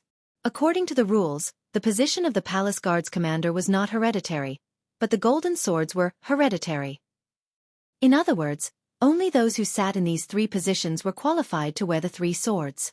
Gu Jiantang of the Great Pillar State, Chen Jibao of Shu, Lu Baijia of the Tongxi Sword Ferry, and Wu Zhongshuan, who had just arrived at the capital to attend the imperial court. Each of the 4 ministers of the Ministry of War of the Liang dynasty was bestowed with a sword and kept it for generations. Among the 8 generals of the 4 campaigns and 4 towns, other than Wu Zhongshuan, only the general of the northern campaign, Ma Lulong, received this honor. However, no one knew the exact number of the 5 insignia sabers. After the current emperor ascended to the throne, he ordered nearly 500 new imperial swords to be replicated according to the eternal Hui Heaven Sword. He personally named them the auspicious talisman day swords, or day swords for short. The scabbard was made of wood with a golden peach leather sheath. The guard was an oval-shaped hollow plate made of iron and gold. There were 3 moving jade dragons inside, which were vivid and lifelike. The deputy commander of the royal guards took a deep breath. His tone was no longer as stiff as the unlucky guy from the Ministry of Justice. He said in a low voice, "King of Bailiang, please don't make things difficult for us." Su Fengnian, who was standing with his hand on the blade, did not make a sound. He did not take out the old cold blade that had been forged very early on. Instead, he gently tapped the hilt of the blade with his finger. It was like the sound of Bailiang's drum. Being able to become the deputy commander of the royal guards in Liang, he naturally would not be a coward. The burly man smiled. He had a bit of the spirit of a man who was willing to die for the emperor. He probably knew that he was going to die. He did not have the old-fashioned attitude of a servant beside the emperor in the palace. He looked at the northwest vassal in front of him and laughed heartily. Yang Dongping, a wild warrior from the old Dongyue countryside. 12 years ago, I entered the capital as a royal guard's guard. I have been away from Jianghu for 12 years. This is the last battle of my life. To be able to fight with the king of Bailiang, my life is not in vain. After saying his last words, Yang Dongping took out the eternal Hui Heaven No. 17 imperial sword, which he did not know who would be given to after his death. He shouted, "Meet the enemy!" 300 auspicious talisman day swords were neatly unsheathed. Yang Dongping took the lead and rushed forward with the sword. He roared, "Follow me to retreat from the enemy." In an instant, 20 royal guards, including Yang Dongping, rushed forward one after another. In addition to maintaining the thickness of the formation outside the front gate of the Imperial Observatory, 100 royal guards did not move. The rest of the royal guards rushed to the left and right sides of the battlefield where the king of Bailiang and Yang Dongping were fighting. Obviously, they not only wanted to block the path of the young vassal, but also to block the path of retreat. More than 200 royal guards were extremely fast. For a moment, outside the gate of the Imperial Observatory, they were like a group of gorgeous butterflies fluttering in the air. The soldiers of the Li family who were inside the gate were dazzled and felt a chill down their spines. They asked themselves, how can an ordinary master survive such a fierce encirclement? Every step that Yang Dongping took caused the street to tremble. He didn't dare to jump up and slash down.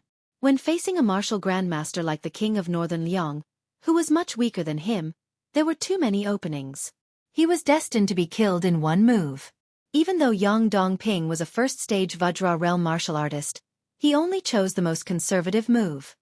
He used his saber as a sword and stabbed the tip of his saber towards the king of northern Liang's chest. Furthermore, he didn't use his full strength in this attack. He left 30% to 40% of his chi in case he couldn't defeat the king of northern Liang. Although Yang Dongping had been away from the Jianghu of the Central Plains for more than 10 years and was not well known, he did not dare to slack off for a single day in the palace where countless martial arts manuals were stored. The path of martial arts was like sailing against the current. If you did not advance, you would fall behind. Yang Dongping, who had outstanding talent and constitution, had endured loneliness for more than 10 years. He did not care about the false reputation of being a Xian finger expert. Instead, he trained his Vajra realm cultivation to be extremely solid. The move before him was a combination of several supreme arts that had not been passed down. He had also received guidance from the former head of the ceremony directorate, Han Shangxian. This move of his had almost reached the realm of returning to simplicity. Yang Dongping did not dare to underestimate the new grandmasters in the world. However, he soon realized that he had not faced a top grandmaster for many years. Once he encountered a figure like the king of Bailiang, a slight mistake could be fatal. Yang Dongping's original intention was to avoid the king of Bailiang when he saw that the situation was not good. Otherwise, he would retreat on the spot. With the palace guards behind him filling in the positions and helping to delay the battle, he would still have a chance to survive. At that time, he could continue to fight. Unfortunately, Yang Dongping did not expect that he would die because he did not overestimate himself but seriously underestimated his opponent. The young man in white did not try to stop him. He allowed the Eternal Radiance number 17 Imperial Sword, which could cut through iron like mud, to stab his chest. At that moment of choice, life and death were on the line. Yang Dongping, who thought that he had an opportunity, suddenly increased the qi between his 5 fingers. He stopped accumulating power and the 3 jade dragons in the Imperial Sword's guard immediately let out sonorous dragon cries. When the tip of the Imperial Sword was about to touch the linen cloth on the young man's chest, it would be able to penetrate his body. Suddenly, a huge force was transmitted from the body of the Imperial Sword. The Imperial Sword in his hand was like hitting a mountain, like an egg hitting a stone. Yang Dongping had decisively given up this precious Eternal Radiance Imperial Sword. However, just as he let go, the king of Bailiang had already stretched out his palm. Yang Dongping's whole body seemed to have been hit violently by a battering ram. His body was still slightly moving forward, but his whole chest instantly caved in and a large part of his back protruded at the same time. Yang Dongping, who was in the first-grade Vajra realm and the deputy commander of the palace guards, died on the spot. Yang Dongping's body flew out and hit a guard who was waiting for an opportunity to pounce on the young lord. The unparalleled momentum caused the god to have no time to dodge, and a large amount of blood splattered wantonly in his chest. There was a guard behind him who tried to reach out and stop his seriously injured colleague. With a crack, his arm exploded. There was no chance for him to regret. The 2 people who were retreating without any signs of weakening slammed into him. Then, the 3 corpses flew out together and slid out on the ground. The corpses slowly stopped in front of 100 palace guards who were as motionless as mountains. On the ground, a scarlet blood flowed. The dead were already dead, and the living were a ghastly sight. After Yang Dongping was killed by a palm, the Eternal Radiance Heaven Blade, which was supposed to be passed to the next deputy commander of the palace guards after the war, flew out of his hand. Su Fengnian casually waved it.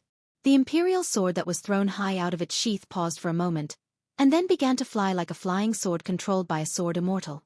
Chapter 1624. The saber first swept across the neck of a palace guard, and in the next moment, it pierced through the shoulder of his colleague beside him. It entered the left shoulder and came out the right shoulder. A nearby guard who had jumped high with his saber was cut in half by the saber. It formed a large arc around Su Fengnian. After all, this group of palace guards was one of the few experts in the palace. In the arc of Yonghui 17, there was no lack of people who used their sabers to save their lives or intercept. However, without exception, as long as they used their sabers, the temporarily ownerless Yonghui 17 was unscathed. However, the day sabers in the hands of the other guards shattered on the spot. Without seeing Su Fengnian move, Yonghui 17 began to draw a second arc with a larger range. At the same time, in the first big circle around Su Fengnian, the sabers of all the palace guards who died in battle before they could use their sabers also began to leave the ground and fly into the air, joining the arc. In the second arc, which was even farther away from Su Fengnian's body, there was an ear-piercing sound of the day's saber exploding and breaking, and corpses kept falling to the ground.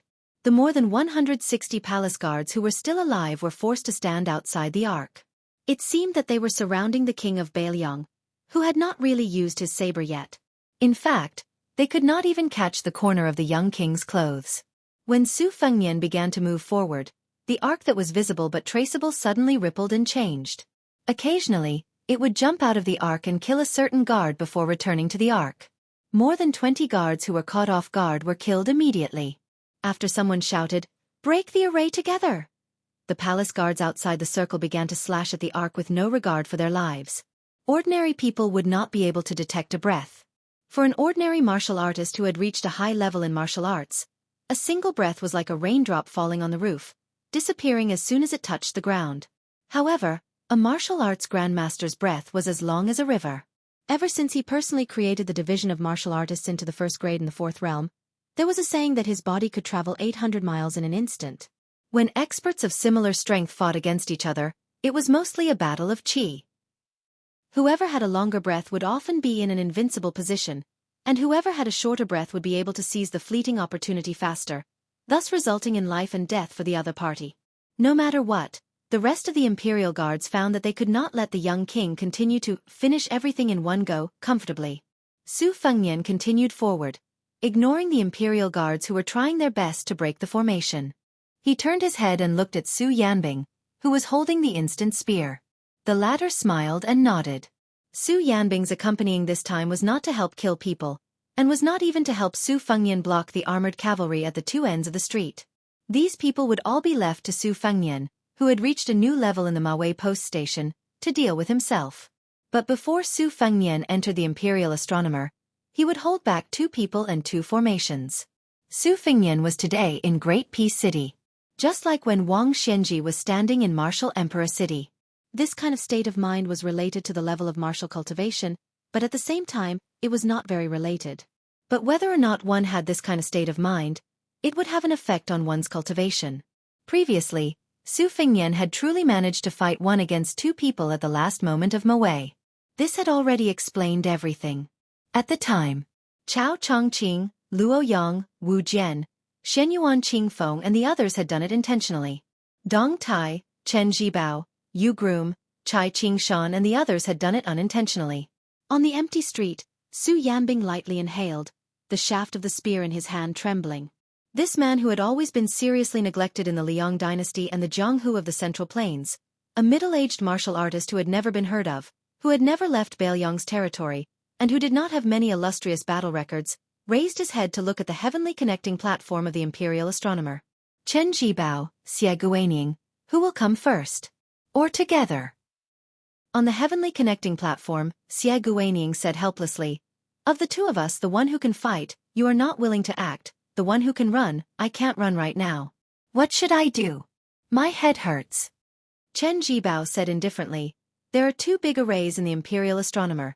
The one on Dragon Tiger Mountain can be used to imprison Su Yanbing." Xie Guanyin sighed. Although there are more than 60 Imperial Jade Seals in the spring and autumn period, and the influence of Duke Yenqing's presence is not big, but without the big array on Dragon Tiger Mountain to reduce Su Fengnian's strength, the effect will be very different. The most important thing is that you are not willing to act. Chen Zhibao interrupted the words of the ambitious scholar. "You should know that Su Fengnian came here to do something that I would have done in the future. I'm just standing here, and that's already giving you a lot of face. If you want to take the opportunity to destroy Bailiang's fate, then do it with your own ability." Xie Guanyin said self-mockingly, I know. Our cooperation is like asking a tiger for its skin. I, Xie Guanyin, know it in my heart."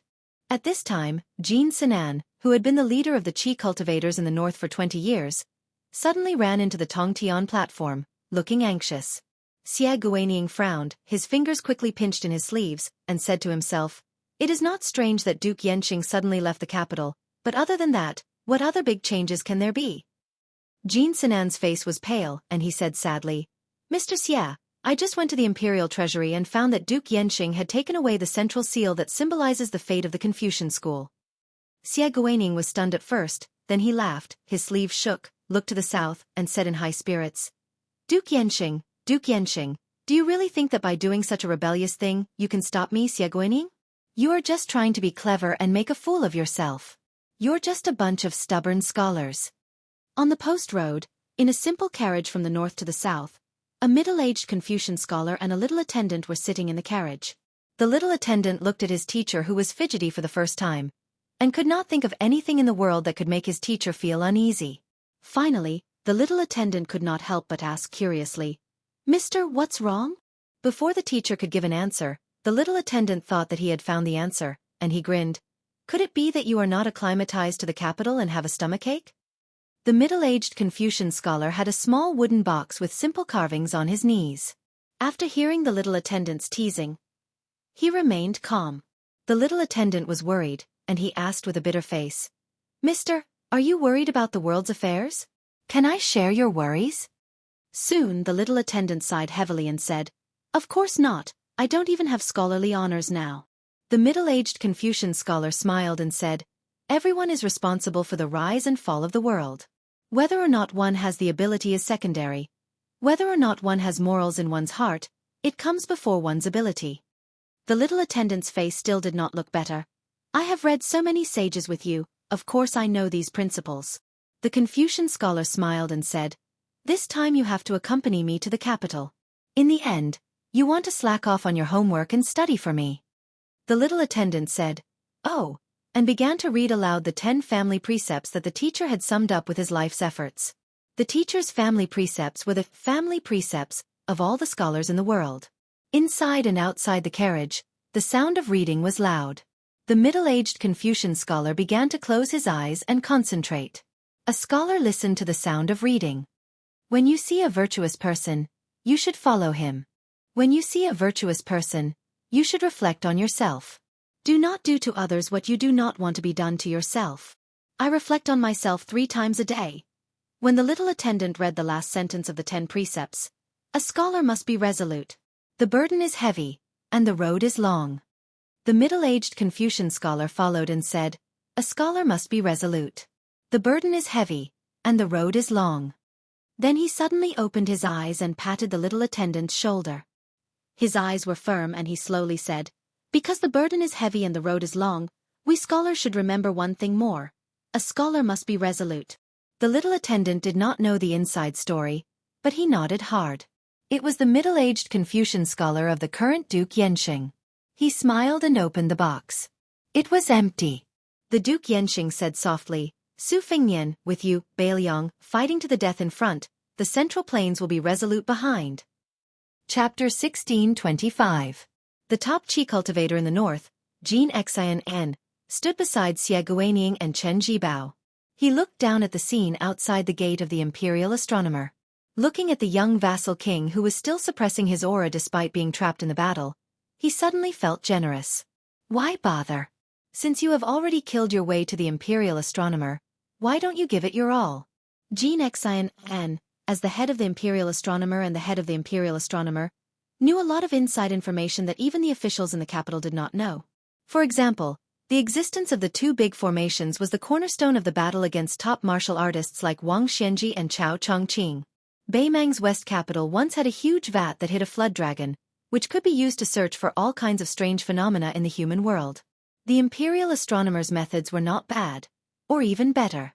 Jin Xian and also knew that this time, in order to target the young man surnamed Su, he could be said to be unscrupulous. In Mr. Xie's plan, the 300 palace guards were not chosen purely because of the combat power of these guards, but because they were closely related to the fate of the Zhao family in Liang. In particular, he persuaded the current emperor to allow the 1,200 heavy cavalry trained by Ma Lulong to rush into the capital in hopes of wearing down Su Fengnian's own fate. As the top chi diviner, Jin Xian knew about fate and fate. It seemed illusory, but in short, it was the will of the people. It was the power of heaven and earth. On the contrary, it was no longer the fate of heaven. It was the fate that heroes were not free, and everything came to an end. Therefore, Mr. Xie was really cruel and merciless. Not only did he ignore the life and death of the 3,000 soldiers, but he also wanted to destroy the fate that Bailiang had painstakingly gathered by Su Fengnian. At that time, Qi Jiajie's one sword of going Liang did not make Su Fengnian use Bailiang's fate. The young vassal king risked his life to prevent the one sword of 1,000 miles from entering Yuzhou. This time, Mr. Xie was forcing Su Fengnian to make a difficult choice. Would he let his emotions affect his decision, barge into the imperial astronomer, and resist the 2 big formations regardless of the consequences? Or would he leave some suspense for Beimang, which was in the middle of Bailiang's struggle for power in the Central Plains? Now it seemed that compared to the time when Qi Jiajie, one man and one sword, died one after another, Su Fengnian's state of mind had changed. He no longer had his hands and feet tied, nor did he have any misgivings. Although he was on the opposing side of the young vassal king, when Jin Xian saw the scene at the door, he couldn't help but feel sincere admiration. With this young man leading the new Jianghu of Liang, Li Yufu, Qi Xianxia, and Shenyuan Qingfeng, all of them were truly impressive. Outside the imperial observatory, Dong Tai had just shown his magnificent skill of killing 1,000 people and 1,000 swords in an instant in Taiyan City yesterday. Today, Su Fengnian was using what he had learned. A young vassal king who had forcefully borrowed the day sword appeared in front of each of the 100 palace guards standing outside the door. Almost all of the palace guards were repelled by one move, and they all crashed into the outer wall. The entire thick wall rumbled and was on the verge of collapsing. If there were some valiant guards who didn't want to retreat and tried to take back their swords to continue blocking the road, they were quickly stabbed by a sword and nailed into the wall along with their swords. Of the 300 palace guards that Yang Dongping had brought, less than 100 were still alive. Yang Dongping was the first to die in battle. The two carriages had just turned the corner at the end of the street and had just brushed shoulders with the charging cavalry. On one of the carriages, Chen Yu lifted the curtain and saw through the gap that at the very back of the cavalry, there were many tall and large cavalry who were donning armor and getting on their horses with the help of the supporting troops. Other than that, there were also hundreds of idle war horses that no one had ridden. Chen Yu said in surprise, "I thought that this troop had entered Taiyan City as an armored cavalry." The proprietress of the Jiu restaurant couldn't help but laugh.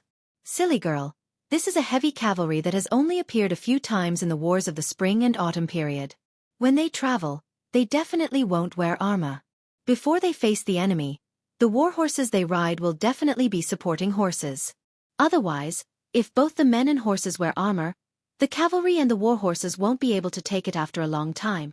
Let alone being able to destroy everything on the battlefield and play a crucial role in deciding the battle, they probably would have collapsed from exhaustion before they could even charge.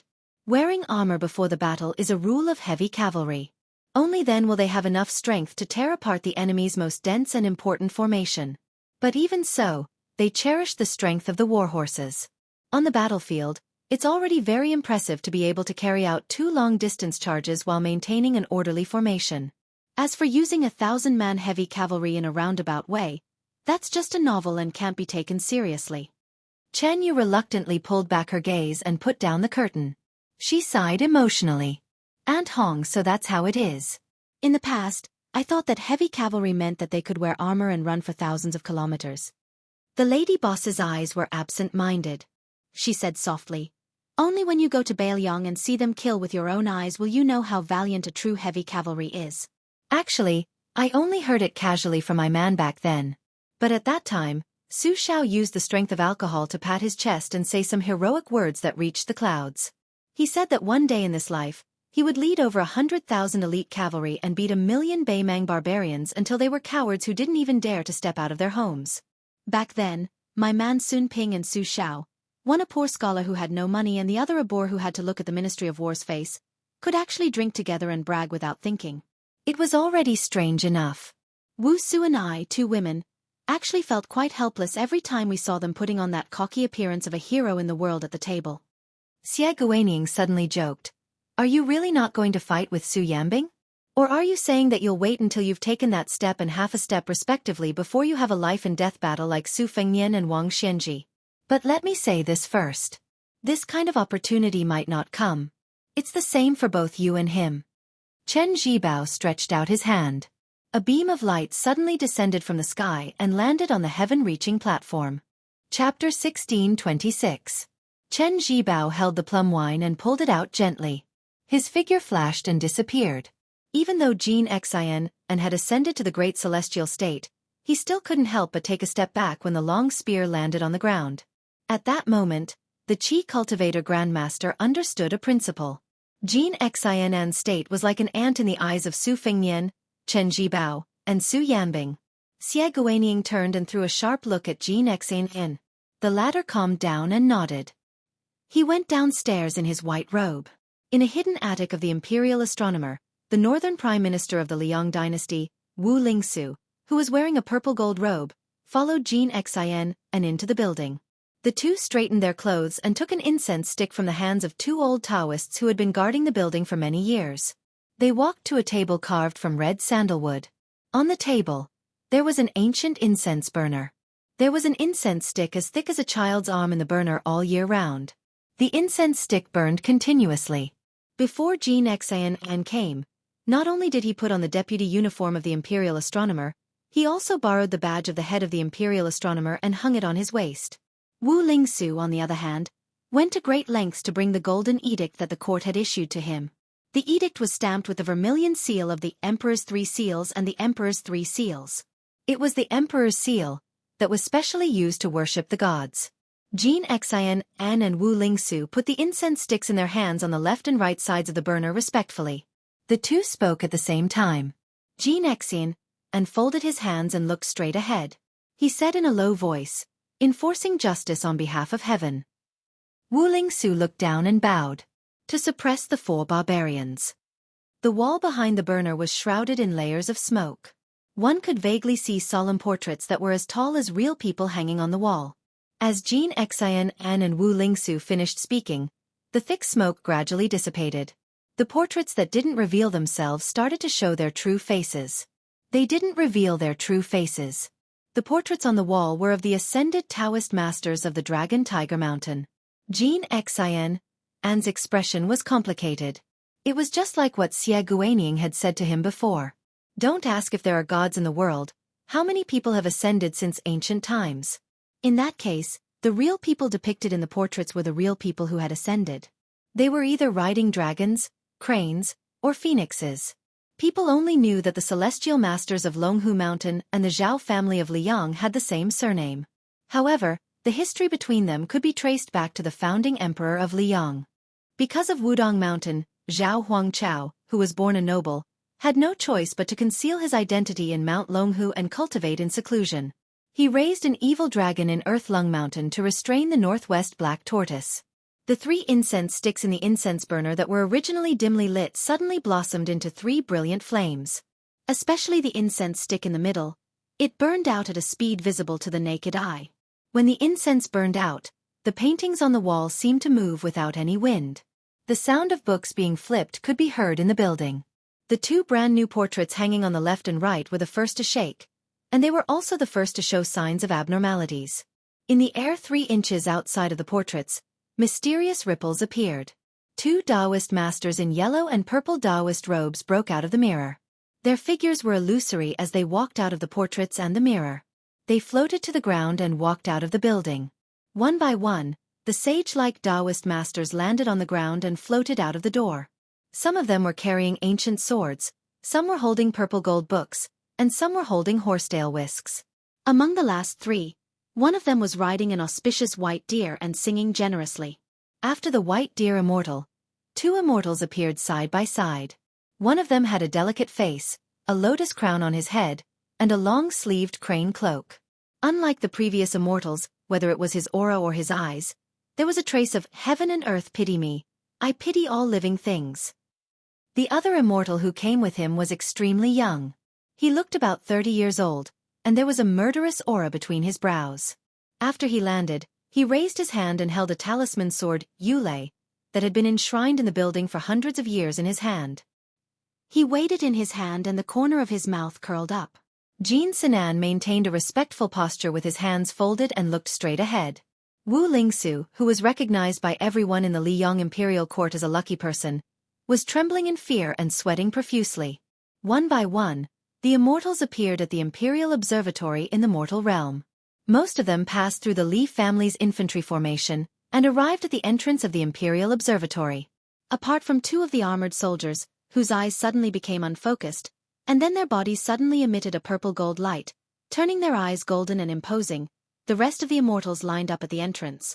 They stood in the exact same position as the portraits in the building. The immortals who had replaced the 300 imperial guards all had different expressions on their faces. An immortal on the right whose feet were shrouded in purple mist turned to look at the newly ascended sect master of Mount Longhu, Zhao Donxia, and asked with a smile, "Is this the one?"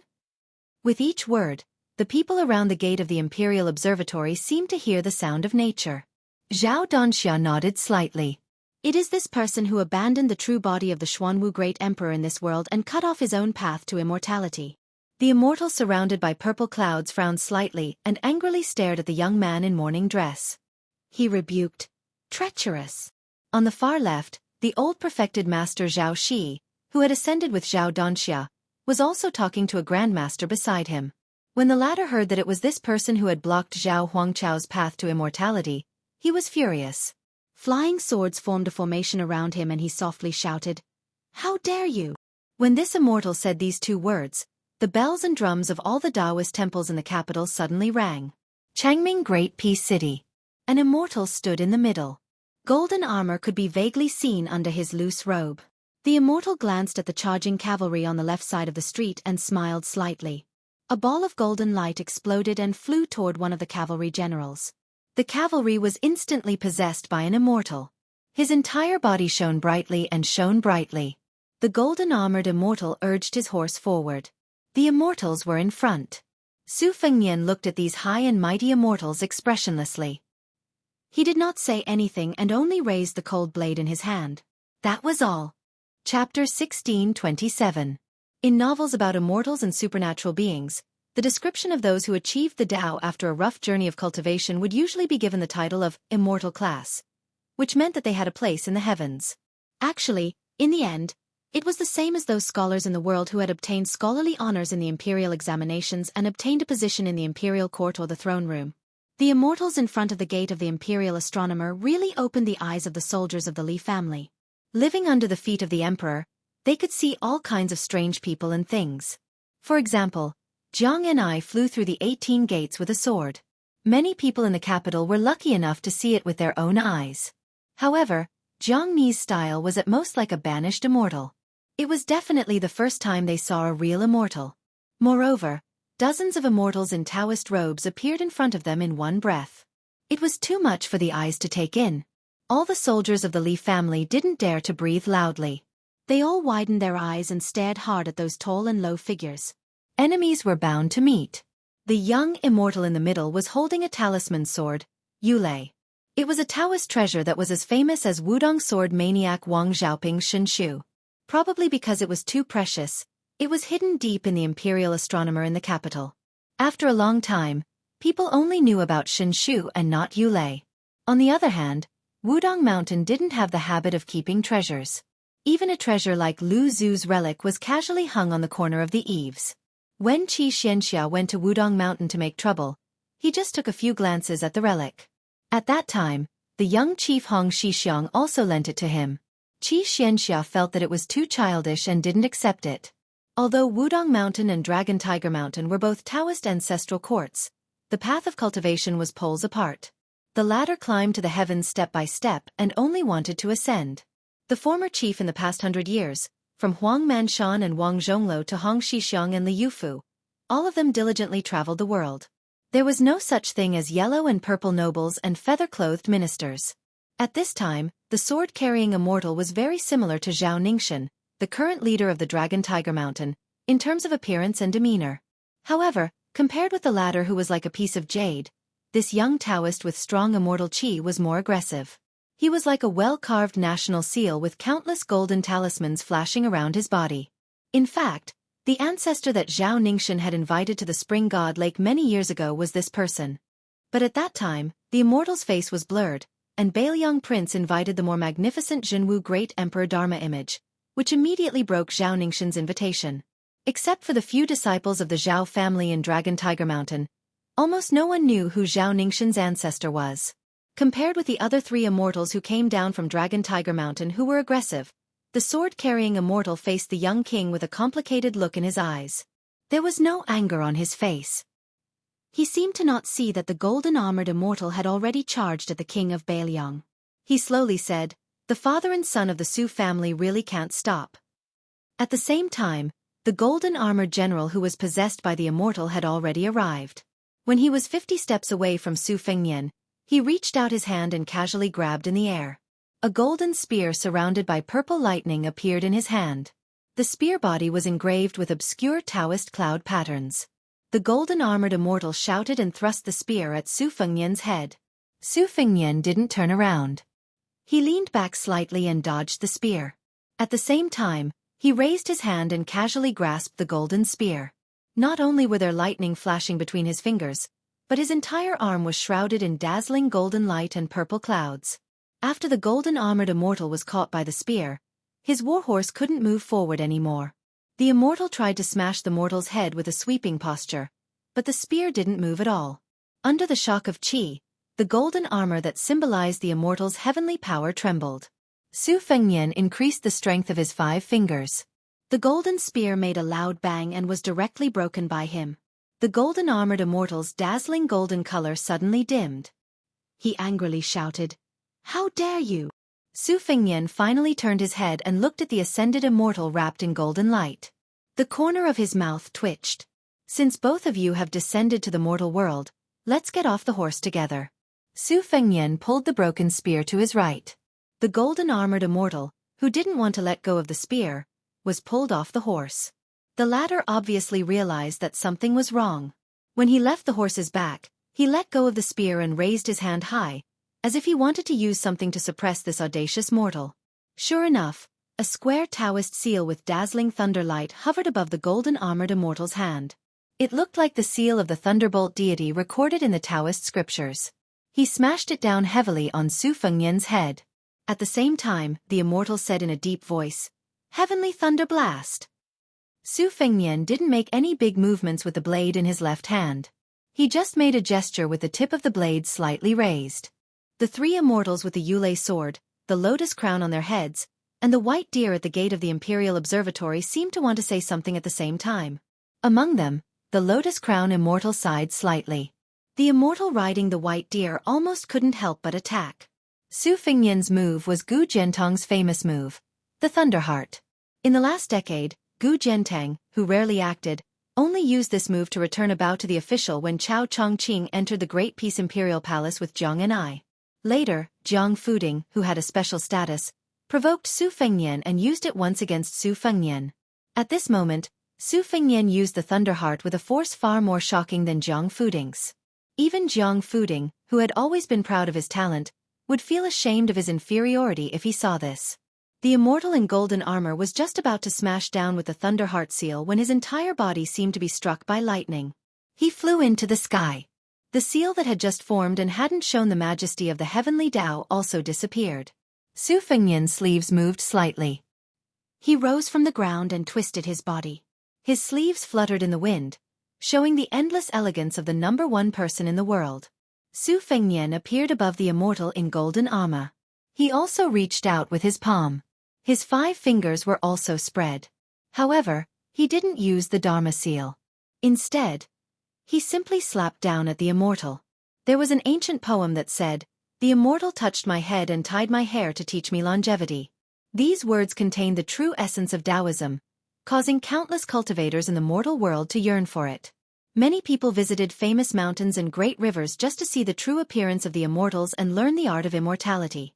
But today, the young vassal king in white robes, after being angrily reprimanded by the immortal, did something truly disgraceful. "I touched the immortal's head. I broke longevity with one hand." Chapter 1628. The golden-armored immortal didn't even have time to defend himself before he was smashed to the ground by this extremely majestic palm strike. In the blink of an eye, the golden light around the immortal's body dissipated at an extremely fast speed. When the immortal's possessed body smashed a large hole in the ground, the golden armor he wore before was gone except for the remaining golden light in his eyes. The immortal's body was mostly restored to a mortal's body. He was bleeding from his 7 orifices and dying. Su Fengnian stood expressionlessly at the edge of the large hole, looking down at the general of the heavy cavalry, who could not escape death no matter what.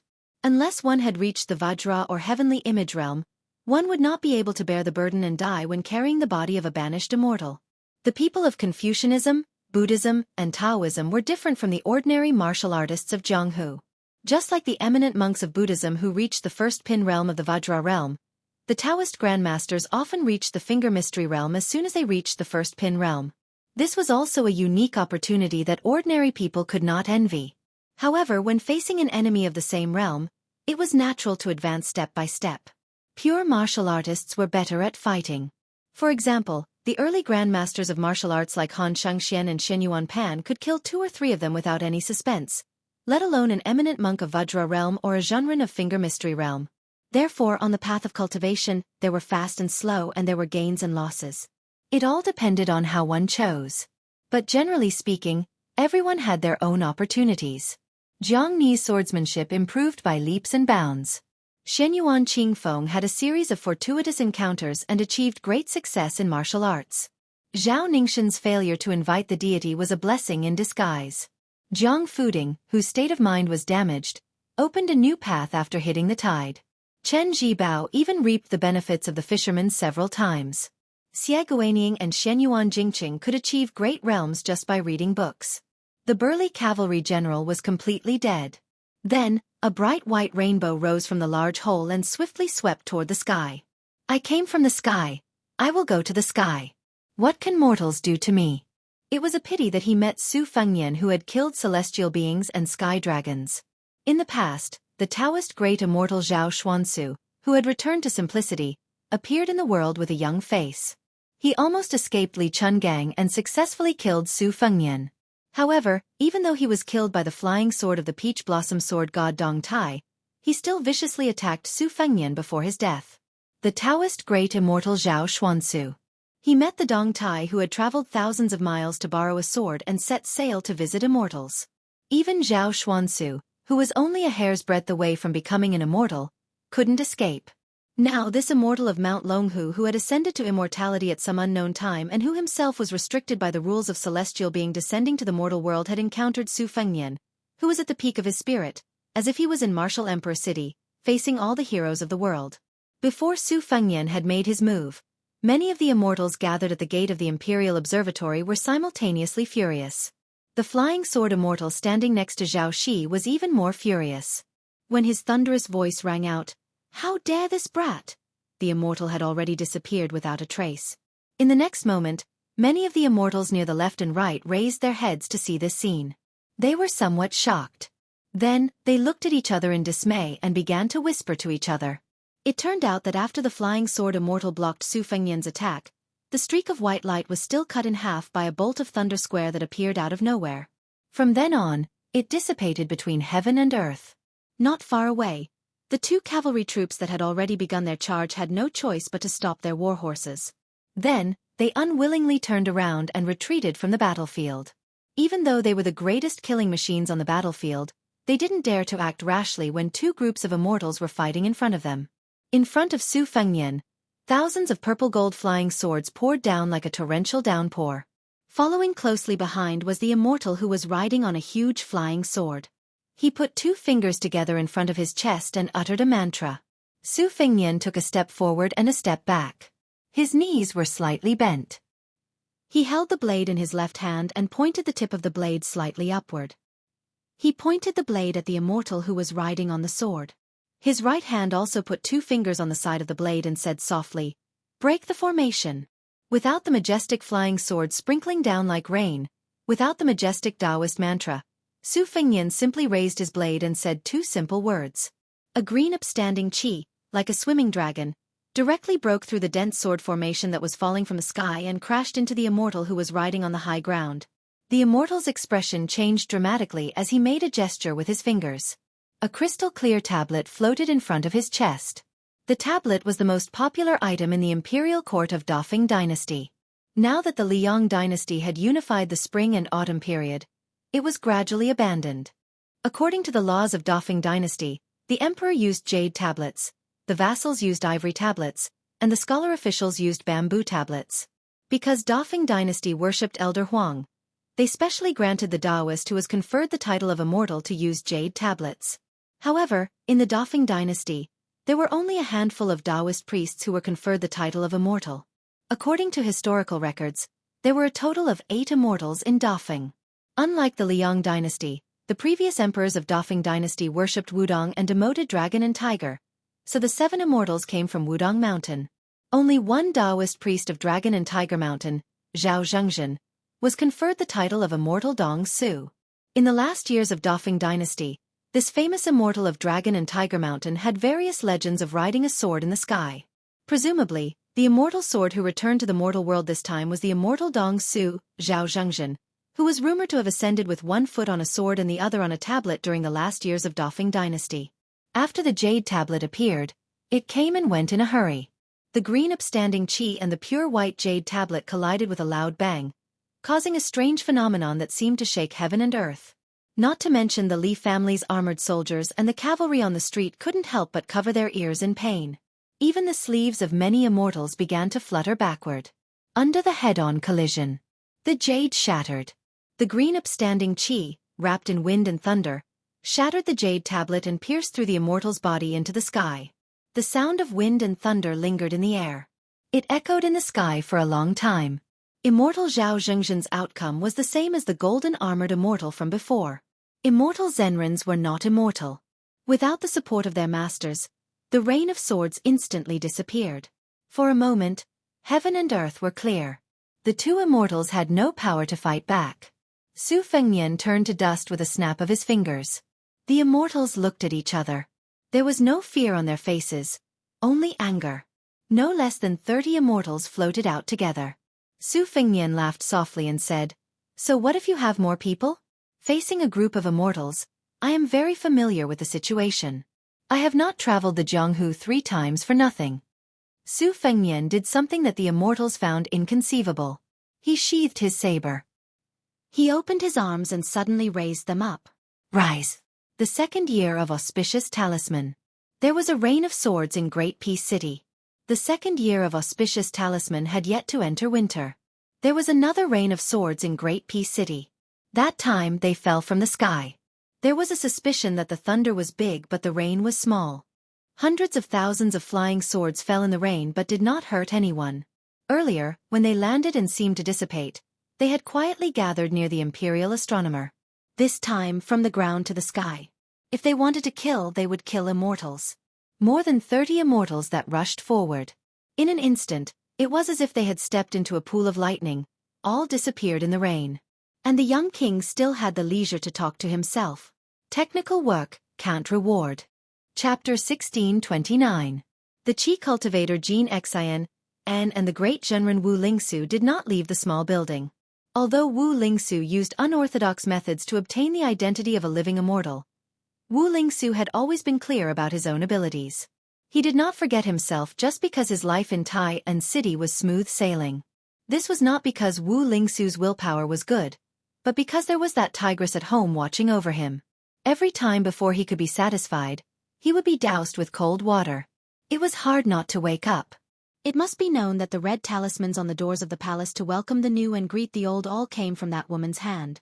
He, Wu Lingsu, was just pretending to take out his sleeve and stick it on. At this time, when Wu Lingsu thought of the request she had made not long ago, his body couldn't help but tremble and sweat poured down his back. Did he really have to be a servant of 2 surnames? Accurately speaking, he wasn't a servant of 2 surnames. He actually had the same surname. But the struggle of the same surname in the family of the emperor, the quarrel between brothers, the degree of bloodshed was even more terrifying than the internal strife in the imperial court. If she could guarantee the continuation of the Wu family's prosperity and ensure that the only son, Wu Shizhen, could inherit the title of Minister of Yue, then it was fine. But if he did as she said, the wealth in his hands was not small, but the risk was also greater. Wu Lingsu was trembling with fear. If it was before today, he still felt that the Zhao family of Liang could stick a protective talisman on his head. The heavens were high and the emperor was far away, not to mention a vassal king far away in the northwest. But when that young man killed his way to Taiyan City and even directly to the imperial astronomer, great Zhenren Wu had to think carefully. Jin Xian, and did not look into Zhenren Wu's loss of composure. He only treated it as a fake immortal meeting a real immortal and was worried that the Wu family's position in the Liang imperial court would not be maintained. Besides, Jin Xian and was too busy to pay attention to a puppet of 2 generations of emperors. Jin Xian and raised his head and looked at the portraits on the wall. The portraits were still intact, but many of the people in the portraits had disappeared. This was a huge blow to the Qi cultivator grandmaster who wanted to become an immortal on land and then ascend before the gate of heaven closed. Since ancient times, the people who cultivated Tao believed that those who ascend would have eternal life. But if even immortals could die, then if he helped Xie Guaniying do evil, even if he ascended, could he really escape the cycle of heaven? It was easier to become an official if one had connections in the imperial court. Wasn't it the same if one wanted to become an immortal? Why did the celestial master mansion of Longhu Mountain have people ascending from generation to generation after Dafeng, while the Wudong Mountain, which was also the ancestral court, was dying? If Ancestor Lu had not entered the gate of heaven, would things have been completely different with Ancestor Lu Dongshuan's ancestral shadow? With Huang Manshan and Wang Chongluo's profound cultivation, wouldn't ascension be within reach? How could there be no immortals in the blessed land for 400 years? Compared to Wu Lingsu's fear and Jin Xian and's absent-mindedness, the 2 elderly Taoist priests who were responsible for offering incense all year round looked haggard. One of them leaned against a pillar, his eyes unfocused. One of them knelt on the futon devoutly, silently chanting mantras. Xie Guaniying sat lazily on the edge of the heavenly platform, his feet hanging in the air, as if he wasn't worried at all about being caught in the crossfire. In fact, whether it was hiding or escaping, if Xie Guanyin claimed to be the second in the world, no one would dare to claim to be the first in the world. Within the borders of Western Shu, he had evaded Deng Tea's thousandly flying sword, which was brimming with killing intent. However, earlier in the year of Hong Jia, he had evaded two soul-stirring pursuits. Back then, Xie Guanyin and Li Yishan were both young and vigorous God's favored sons. They hit it off immediately, especially Xie Guanyin, who was proficient in divination. He even revealed the secrets of heaven, which led to a monstrous disaster. Li Yishan was a bachelor. He only had talent but no background. Logically speaking, he should have died long ago. However, he unintentionally got close to a tree like Su Xiao and managed to escape that storm. On the other hand, Xie Feiyu, who was born in a wealthy family, was deserted by everyone and treated as an abandoned child. He was even considered a must-kill by East Sea Marshal Emperor City. Even the old lady who ascended the throne later bore a grudge against him. She didn't hesitate to let Tuoba Bodhisattva sneak into Liyang to assassinate him. Because of this, he had to change his name and hide in the imperial court. Even his own flesh and blood didn't know if he was alive or dead. Therefore, there was no more Xie Feiyu in the world who hoped to leap over the Dragon Gate. There was only Mr. Xie of Great Peace City who should be hiding behind the scenes. In the eyes of Xie Guanyin, who had watched the world's affairs with cold eyes for more than 20 years, Li Yishan and Nailan Yusi were the same type of people. Sun Ping, Zhang Julu, and Yuan Benshi were the same type of people. Huang Longshi, who had a loose tongue, was another type of person. However, in the end, Xie Guanyin felt that they were the same type of people. They worked for others, a land, a country, and the world. The only thing they weren't good at was working for themselves. If they couldn't even take care of themselves, how could they help the world? Among them, Yuan Benshi wanted to work for himself, but he couldn't. Huang Sonjia could do it, but he disdained to do it. Xie Guanying's plan was to amaze the world with a single brilliant feat. He wanted the Central Plains to sink again. Then, he would personally obtain 1,000 years of peace. If one said that Xie Guanyin was seeking the status of Grand Secretary or Imperial Preceptor, or a few decades of peace and prosperity, or even ascending to become an immortal, then they were underestimating him too much. Since Huang Longshi said that there was no 100-year emperor or 1,000-year dynasty in the world, then he, Xie Guanyin, would have to wrestle with this outsider who claimed to know about the future of 1,000 years. Xie Guanyin suddenly felt a little lonely. The old faces and acquaintances had almost all left these years. Except for Nailan Yusi, it seemed that everyone else had died. Although there were many newcomers, in fact, except for Chen Wang, who was successful in his official career, the others still needed various polishing and scrutiny even if their futures were promising. In comparison, Su Beiji and Chen Shiliang of Bailiang stood out faster. Jean Lanting, who was not inferior to Chen Wang and was already the left assistant minister of the Ministry of Rights. Xie Guanyin had never put this kind of clown in his eyes. Adding oil to the fire was never a long-term solution. It was just a flash in the pan. Between the replacement of the old and the new, Xie Guanyin was not optimistic about Zhao Yuling and Yin Maochun.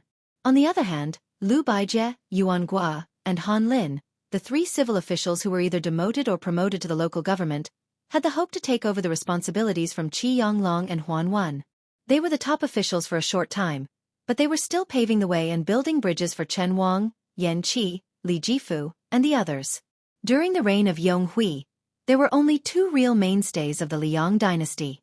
There was the blue-eyed Zhang Julu and the warrior Su Xiao. It was the existence of these two people that deterred all the dragons, snakes, fish, and shrimps in the imperial court. With Zhang Julu, the literati who wanted to make achievements honestly ruled the country, and the literati who advocated quiet talk continued to talk about the wind and the moon. With Su Xiao, Chen Jibao could not leave Western Shu, Chao Chongqing could not restore the country, Yan King Xiaobing did not dare to march north with great fanfare, Gu Jiantang could only be the governor of Liao province, and Beimeng's army did not dare to march south. However, it was precisely because of the two of them, one was at the center of the imperial court, deciding the promotion of all the officials, and the other was at the northwest border, commanding 300,000 cavalrymen, that the late Emperor Zhao Dun did not dare to give the dragon throne to his son Zhao Zhuan, because there were too many thorns on the throne. The biggest knot was that as long as Su Xiao was alive, Beimeng would not dare to stake everything on a single throw to invade the Central Plains. Bailiang could substitute defense for war, allowing Liang to prosper day by day, and its national strength to gradually increase, restraining and dragging Beimang to death. However, if they took the initiative to march north into the desert, firstly, Beiliang's chances of victory were not high, and secondly, Zhao Dun would not dare to do so. Su Xiao would not rebel, but once the northern expedition went smoothly, and Crown Prince Su Fengnian established his prestige in the northern expedition, would Su Xiao have the idea to give his son a higher position than the vassal king's throne? Even if Su Xiao would not do so, would Su Fengnian take advantage of the situation to rebel because of the white clothes case in the capital? Even if the Su family only conquered half of Beimang, with the vast territory of the southern dynasties as strategic depth and abundant supplies, how could Liang resist the battle-hardened Beiliang cavalry? When the time came, when the wind and rain were tossed about, would the new emperor Zhao Zhuan, who did not have much prestige to speak of, really be able to rely on the eloquence of the civil officials of Tai'an City to stop Beiliang's cavalry? Taking advantage of West Chu's rebellion to weaken the vassals and suppress the power of the local generals, and at the same time taking the opportunity to demonstrate martial arts to the world on the battlefield of Guangling, was the strategy that the late emperor, Zhang Julu, Huan Wen, and Yuan Benshi had no choice but to do. In reality, they were buying time, taking advantage of the fact that Su Fengnian was not fully fledged. Even if West Chu did not rebel, Liang would still force Chao Chongqing to rise in rebellion. The imperial court had Gu Jiantang personally oversee the two Liao provinces, and Chen Jibao the vassal state of western Shu, making an aggressive stance towards Beiliang everywhere. How could a Beiliang that did not have any reinforcements not give Beimang, who had been accumulating strength for 20 years, an opportunity to exploit? A chance to take down a Beiliang that finally did not have Su Xiao leading the border army? Beimang attacking Beiliang had the same meaning as Su Xiao winning the Battle of the Western Wall. Although the price was huge, the results were obvious. One battle decided the fate of the country. Looking at it now, the direction of the two dynasties did not change, but there were many deviations. Even after Wu Zhongshuan left Nanjiang and joined Liang, the Guangling War did not quickly change. On the other hand, Northern Liang had obtained a tragic victory. It was tragic and heroic. What was even more unexpected was that the Beiliang frontier army lost 100,000 men less than Liang had predicted. Especially the 130,000 to 140,000 cavalry, they did not suffer any major injuries. Today, they still maintained an impressive number of around 100,000 men. Originally, not only did Beiliang win a Pyrrhic victory, the Second Great Battle of Liangmang would directly spread the flames of war to Beiliang's Dao territory, or even Lingzhou. Looking at it now, Beiliang fighting to the death outside the pass was not a fool's dream. Therefore, when Su Fengnian left the vassal land without permission and Liang retreated step by step, it was not that Great Peace City suddenly liked to talk about comradeship and reason with people. Instead, it was because they were afraid that Beiliang would do something irreparable in a fit of anger. It was a pity that other than Tantanon, whose heart was like dead ashes, those few people of the older generation who had set the trap had all died one after another. Now the crucial point was how Grand Chancellor Qi, whom Zhao Dun had high hopes for, would react. Chapter 1630. Before his death, Zhao Zhuan had made many plans, both overtly and covertly. He had planted many foreshadowing in the officialdom, which gave Zhao Zhuan a great opportunity to display his skills after he ascended the throne. So far, it seemed that the young emperor had done a good job. Even Huan Wen, who held a grudge in his heart, was still cautious and conscientious in the new Xiongfu dynasty. There was not much of a gap between him and Qi Yanglong, and he became a mender. Unlike Su Fengnian, who could win the hearts of Beiliang's soldiers by risking his life on the battlefield, the young emperor Zhao Zhuan was like the most honorable caged bird in the world, relying only on the skin of the dragon robe. Therefore, his majesty as an emperor required years and years of hard work to build. Of course, if Zhao Zhuan could have Su Fengnian's martial cultivation, it would be a different story. For example, when Chao Chongqing and the Princess of West Chu came to deliver gifts, he defeated Chao Guanzi before Gu Jiantang and Master Lu Hao. However, in the path of martial arts, there was no such thing as a great grandmaster without risking one's life. Even Shenyuan Qingfeng, whose strength had improved by leaps and bounds, did a crazy thing like fighting to the death with Wang Xianji.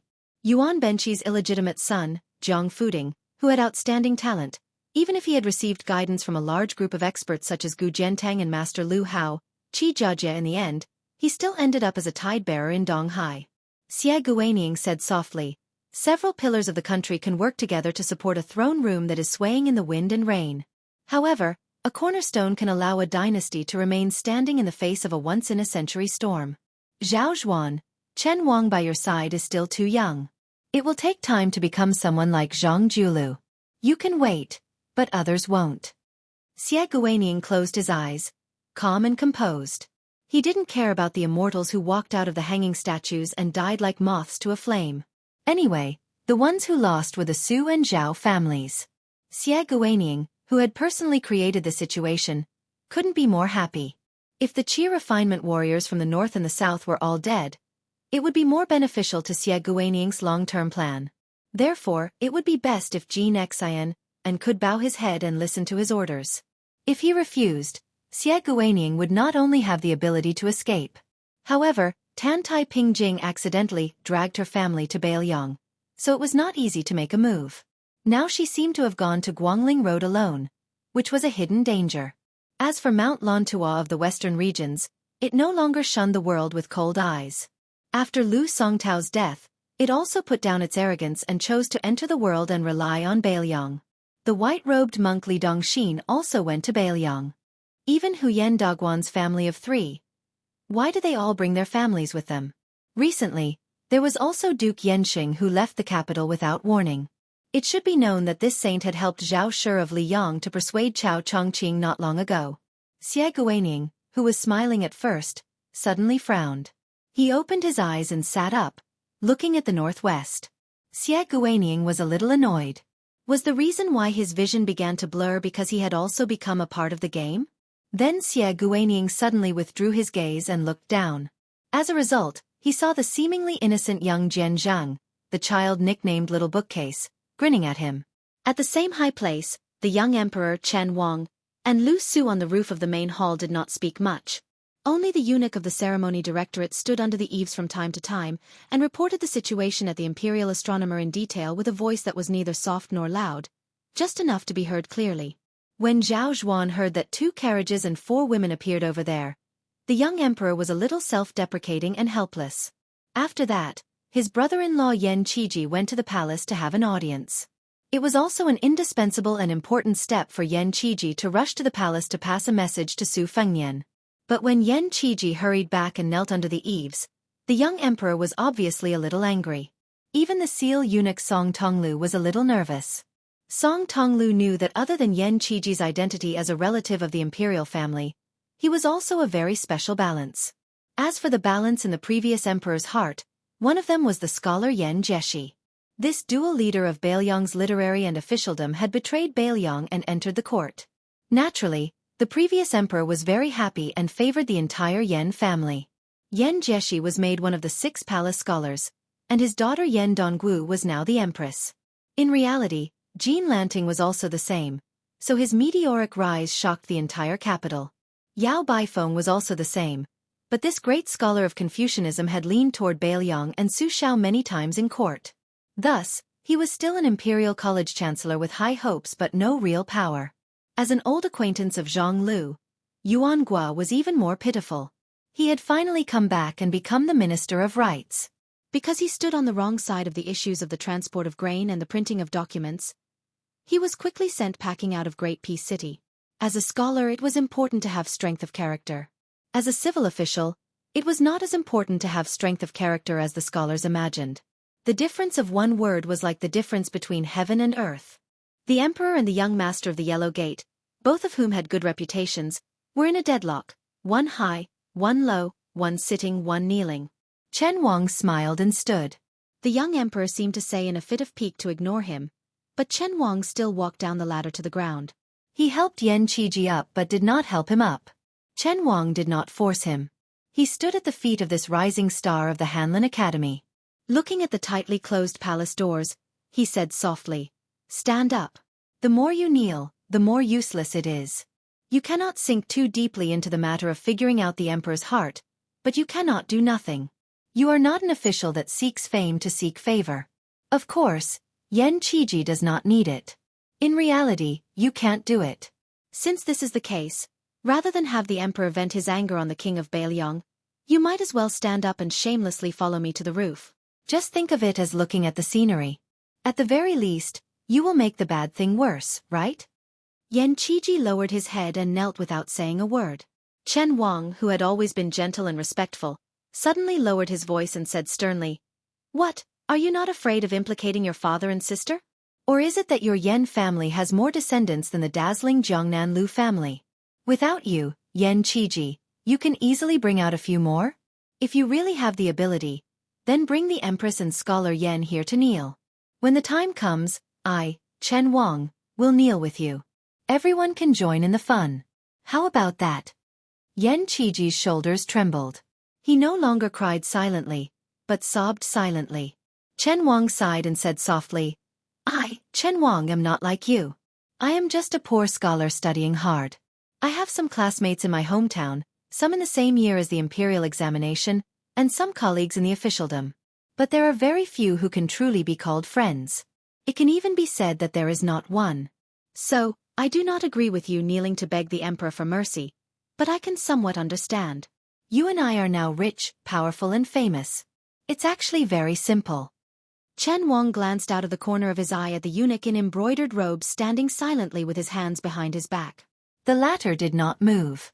Chen Wang hesitated and then squatted down next to Yan Qiji.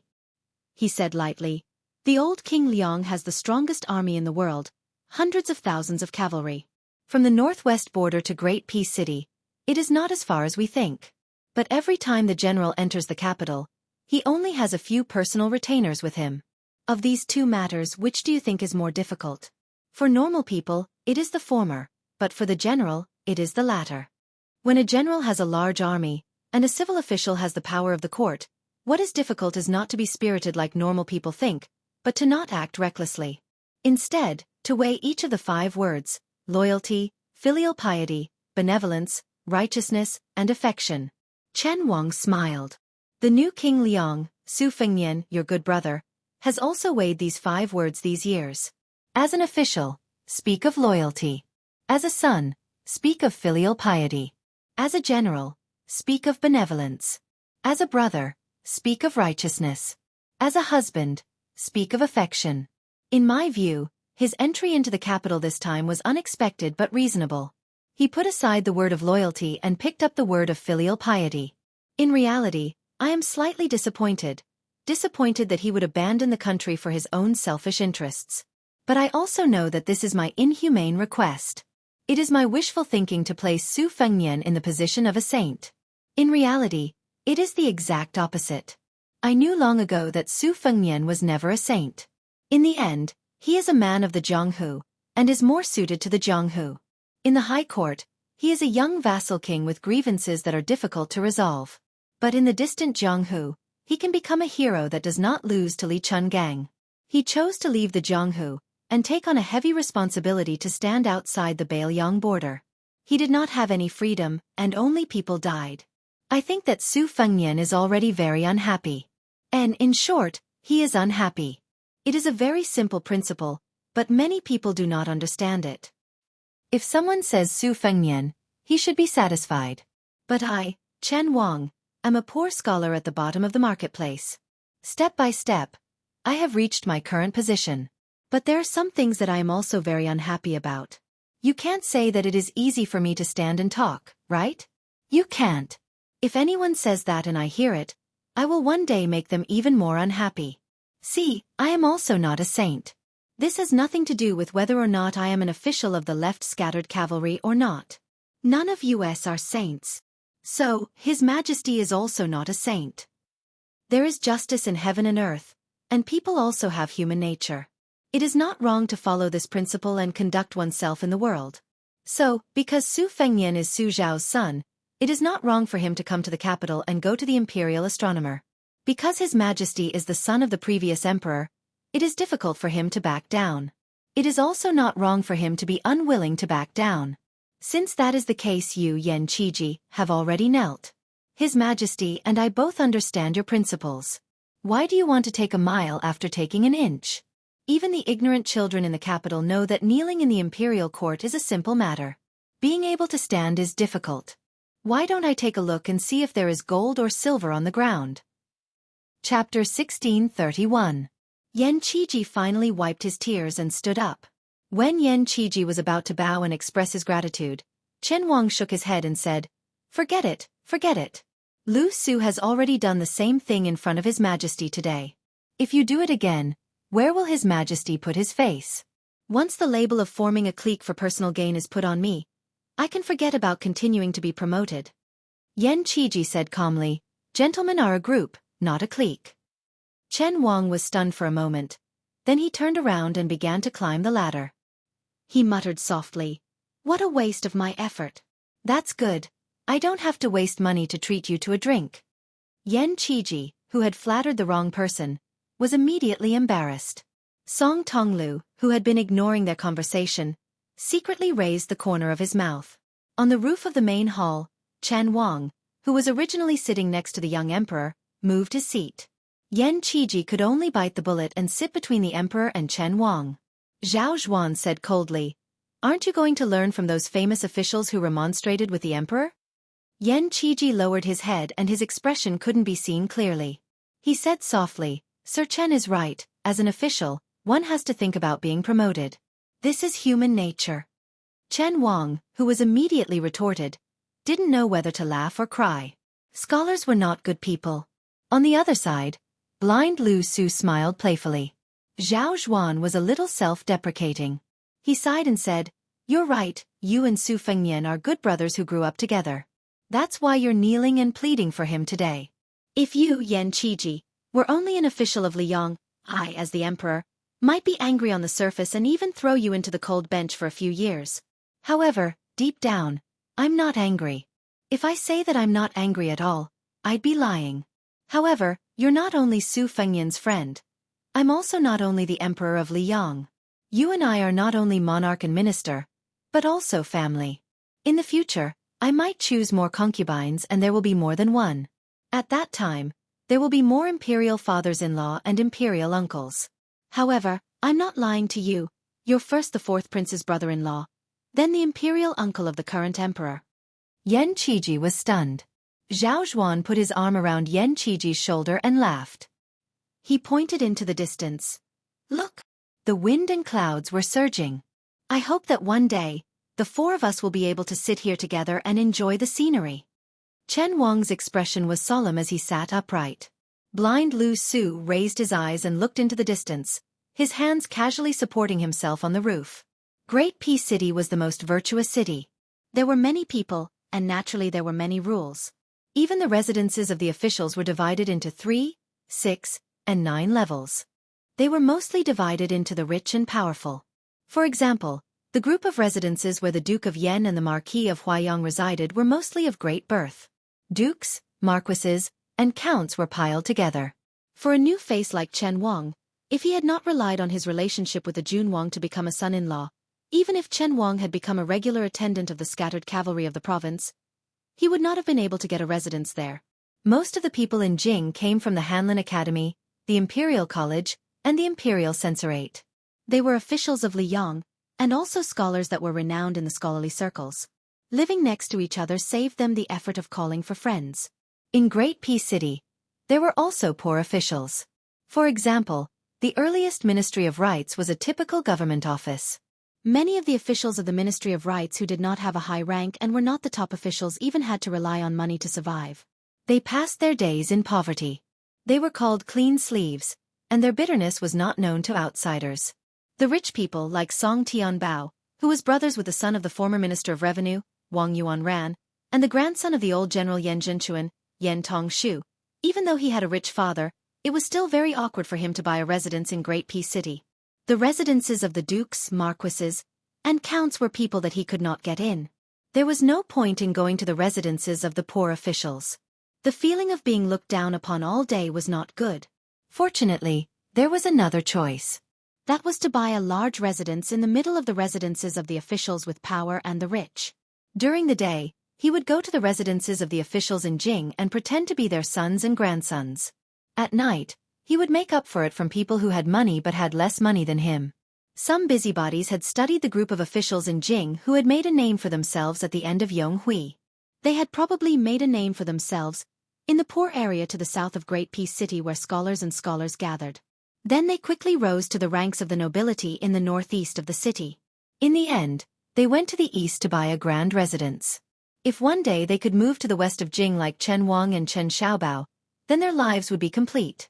Not only would they not have any regrets, they would also be able to answer to their ancestors and descendants. With the Peng family at the head, the large and small landowning clans in the north suddenly flooded into the northeast of Great Peace City in the second year of the auspicious talisman. As a result, the residences in this area, which were already worth an inch of gold, became even more in demand. This caused many mid-level officials who had saved up some silver with great difficulty and wanted to finally be able to no longer rent houses to live their days, to the point that they couldn't help but curse the Liaodong barbarians in private, saying that other than being rich, they weren't anything good at all. As the most important old power in the northeast of the capital, the officials of the 6 ministries of the Shangshu province didn't have a good attitude toward this either.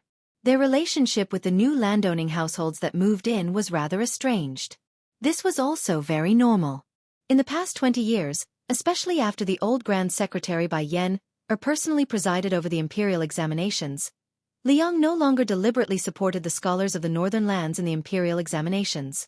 As a result, in the previous examinations, the scholars of the southern lands occupied at least 70% of the seats with an overwhelming advantage, forming an extremely clear structure of northern generals and southern ministers. However, in the 10 years after Yong Hui's death before the auspicious talisman, there was no war in the world. Where did the new generals come from? Naturally, there were more and more southern officials in the imperial court. The Green Party, which was known for its unity, was one of the most striking examples. As the great generals of the 4 campaigns for equalities and 4 towns, who were mostly from the north, died of old age, the northeast of Great Peace City became less and less a place for the northern scholars to speak with their backs straight. If it wasn't for the fact that there was still General of the North, Ma Lulong, left to hold up the facade, and the officials from the south didn't kill him to the last one, the northern officials would have been pushed aside to the point of wanting to die. Thus, the first thing the Peng family did after buying a new residence was to grandly pay a visit to the manor of General of the North. Although it was said that they didn't even see the sickly Ma Lulong, after all, they were personally received by the eldest son of the Ma family, General of Andong, Ma Zhongxian. With the Peng family leading the way, the collective migration of the 2 wealthy families of Liao was quite smooth. The Minister of War, Liu Baijie, had left the capital, and the backbone of the Green Party, Hong Lingshu, had entered the capital. It looked like the Jiangnan powers had entered and left the imperial court without any losses, but in reality, it was clear that they had greatly damaged their vitality.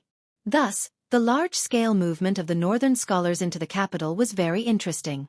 The doors of the official mansions were higher than the street level. This was a rule that had been followed for hundreds of years. The so-called steps in the officialdom were actually the steps in front of the door. The number of steps was very particular. According to the laws of Liang, first, one had to be of the flowing class. Only then could the number of steps be determined by the rank of an official. A 6th-level official could only build 3 steps, and a 4th-level official could build 4 steps. This meant that this was the case for local governors and ordinary generals with real power. Next, most of the assistant ministers of the 6 ministries, if not specially bestowed, could only build 5 steps. The ministers of the 6 ministries had 6 steps, and very few could build 7 steps. For example, the former Minister of Personnel, Zhao Yuling, and the current Minister of Rights, Sima Puhua, had also received this honor. It was said that on the day the Sima family mobilized a large number of people to build more steps for their mansions, the old minister cried on the spot. What was interesting was that the rare 7 steps in the northeast were rare in the area where Chen Xiaobao and Chen Wang lived. If you didn't have 6 steps, you wouldn't have the face to greet people when you left the house.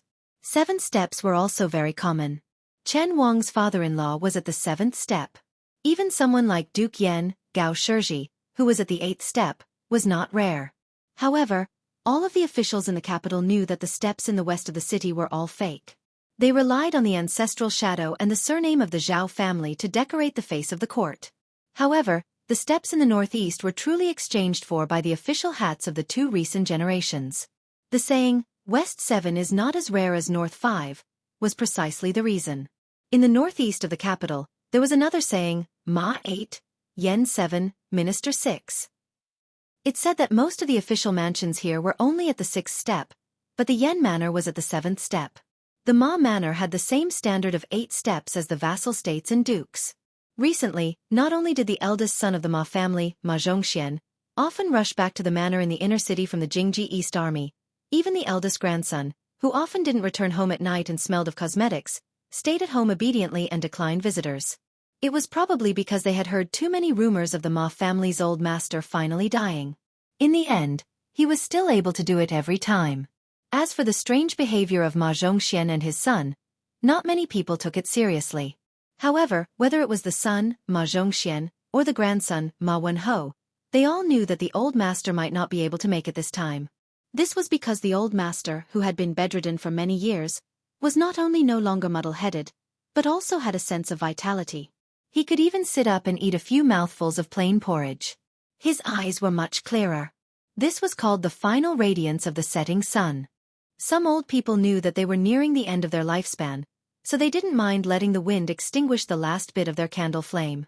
When the old master of the Ma family heard from his son, Ma Zhongxian, that Bai Liang had defeated Bai Mang, he only opened his turbid eyes and asked shakily, "How many died?" Ma Zhongxian truthfully reported the general situation of the battle, which was still very vague. However, compared to the officials of the Ministry of War, he was already closer to the truth. Chapter 1632. The first time the old man sat up was when he heard that the young king had entered the capital without permission. However, the old man was probably too tired and soon lay back down. Only when he heard that the 800 Bailiang light cavalry scared the Jingji Western army out of their wits did the old man call for his grandson, who was widely acknowledged to be useless, to return to the mansion. Ma Wenhou was a strange person in Great Peace City. He was said to be a playboy and did not play well with people like Wang Yuanran and Yen Tongshu since childhood.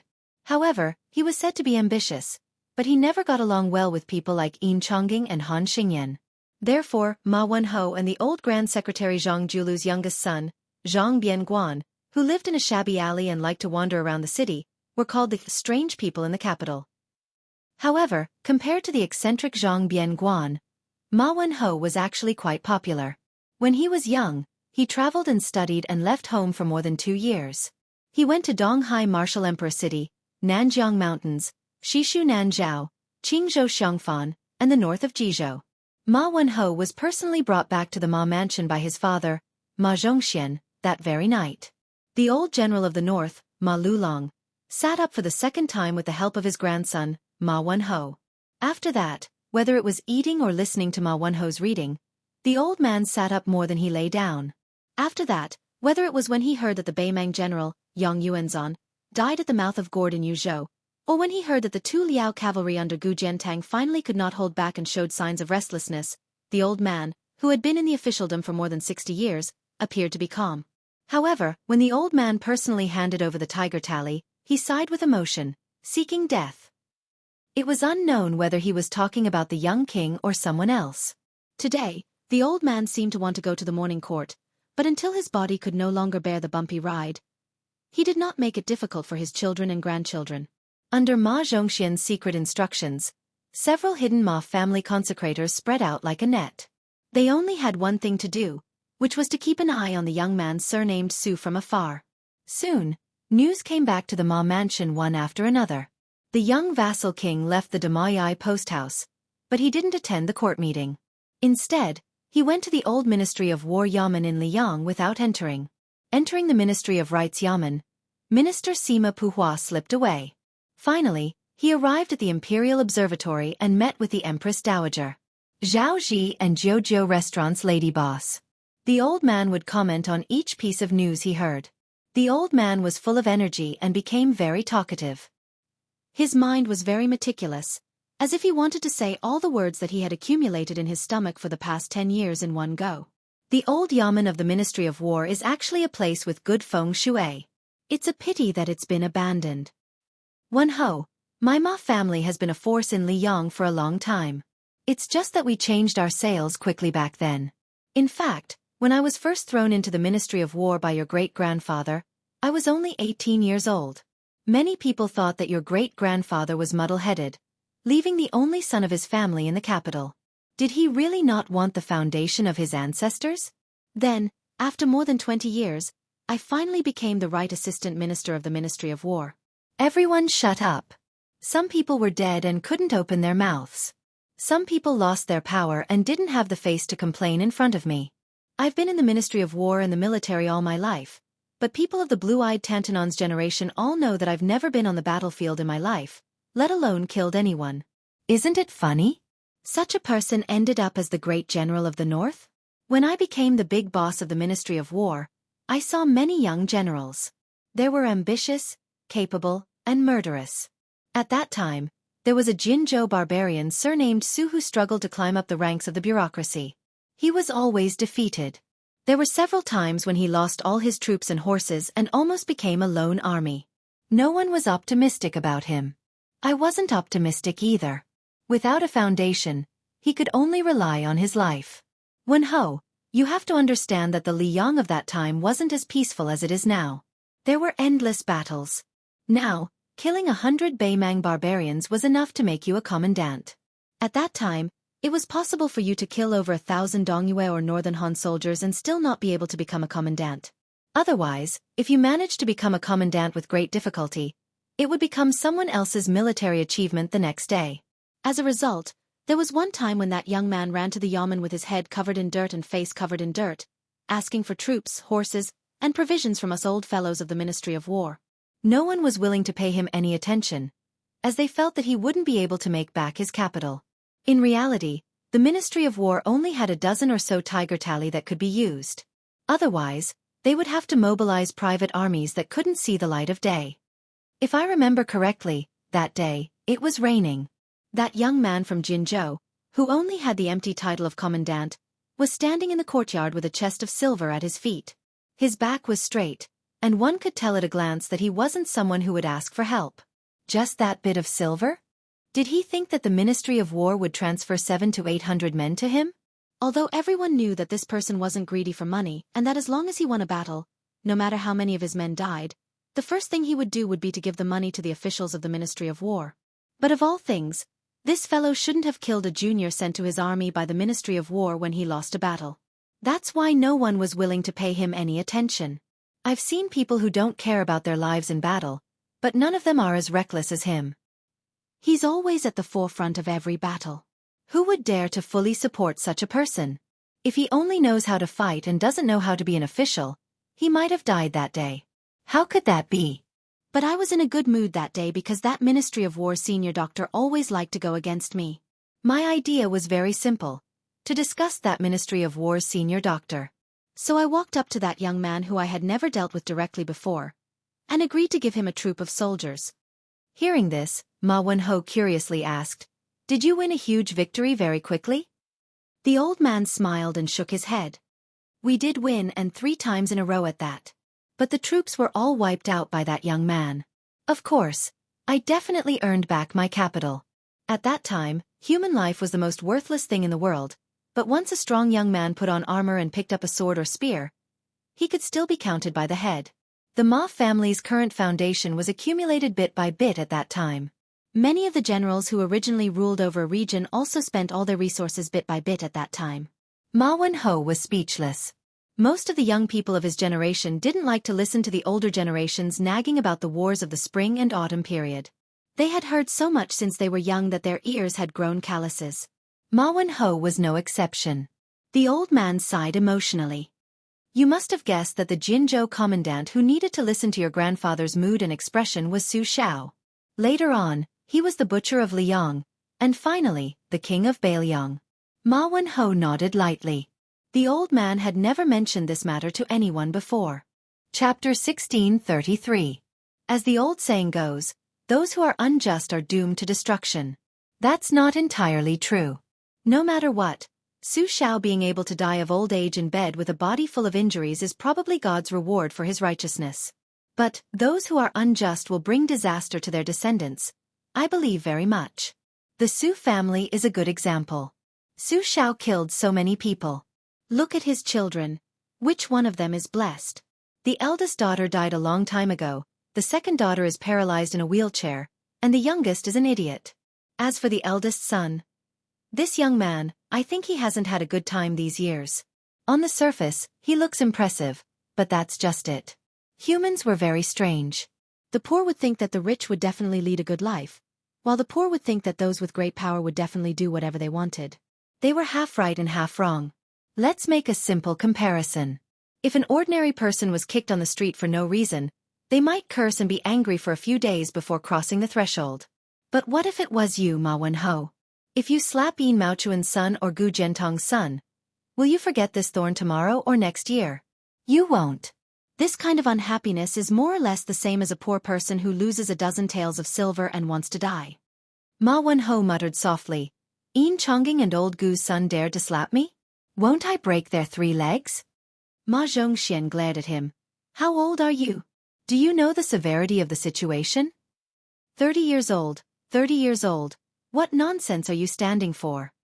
The old man waved his hand, indicating that Ma Zhongxian shouldn't be angry. Zhongxian, don't be fooled by your son's mouth. Actually, is very bad. Don't think that teaching Yin and Gu's children a lesson is wrong. Is it wrong? No, as long as the method is appropriate, it's actually a good thing. In terms of understanding, you, Ma Zhongxian, are thousands of miles away from your son. Ma Zhongxian made a sound of acknowledgement.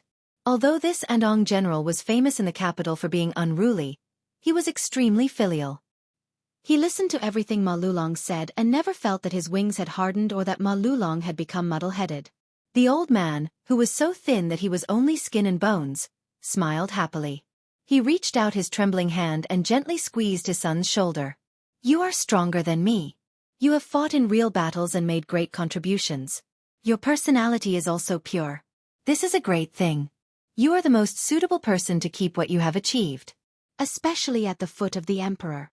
You have shouldered the burden of the Ma family.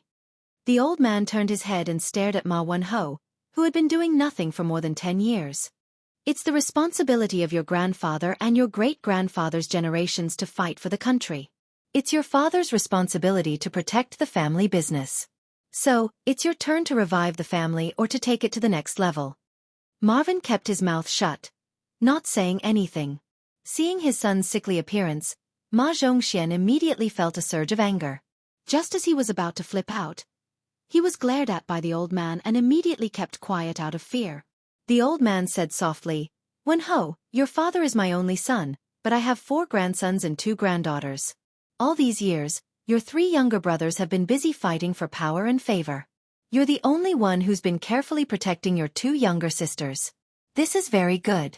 Those 3 good-for-nothings don't have any real ability, but their ability to fight for favor is very good. They are even more sissy than women. If you give the family business to them, it will take at most a generation. They will squander all the gold and silver mountains. The old man emphasized and repeated, You are very good. Ma Zhongxian stared blankly. The old man curled his lips and sneered, There are 2 kinds of people in this world that you can't deal with.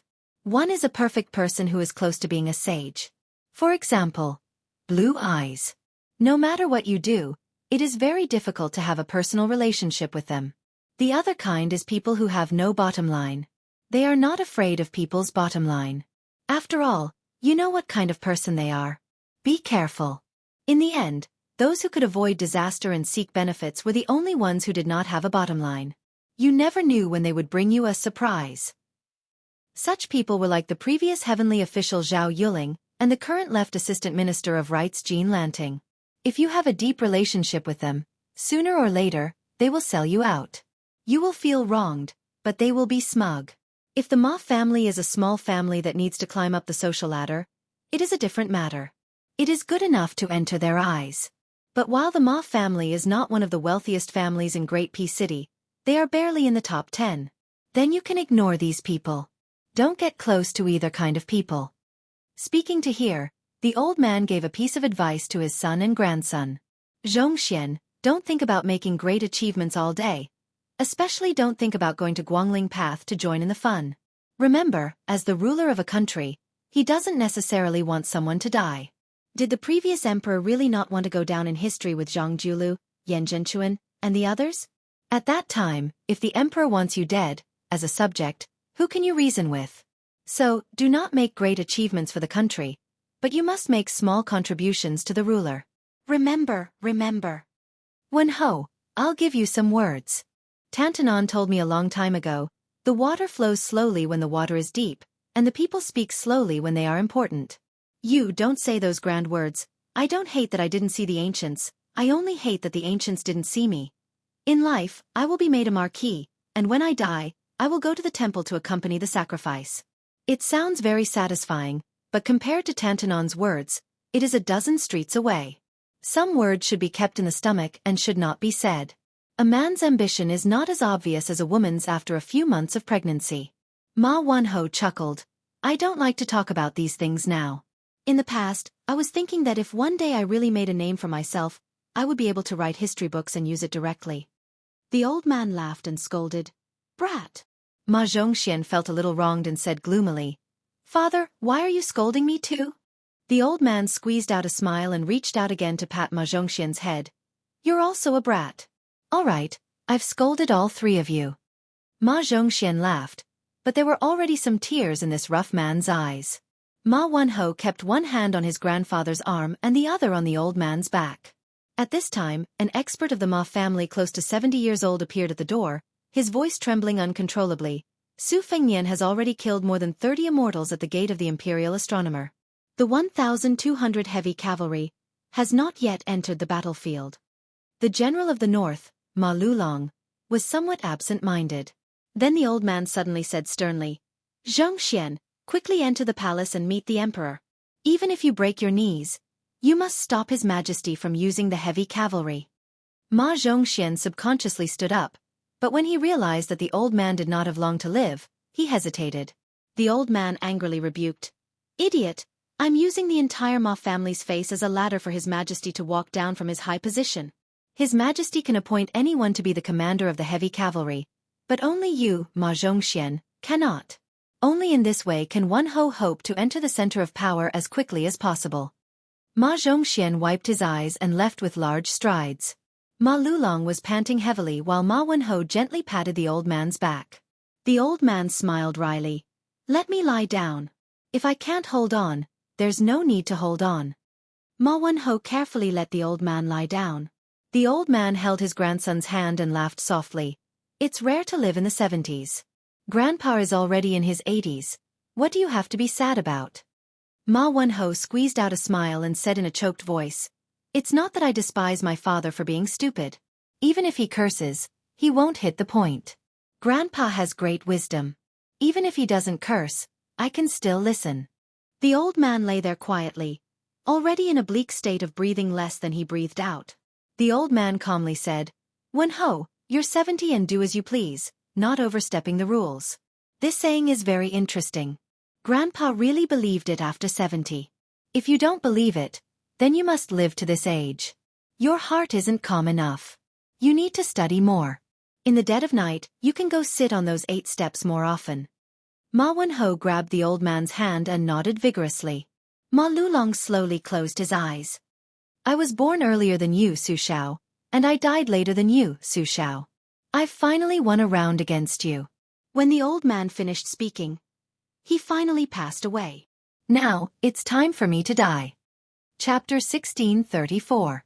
In the blink of an eye, this rain of swords from the bottom to the top had killed more than 30 immortals who had been invited by Liang to step down from the altar. However, the sword formation near the Imperial Astronomer was still rapidly rising into the sky.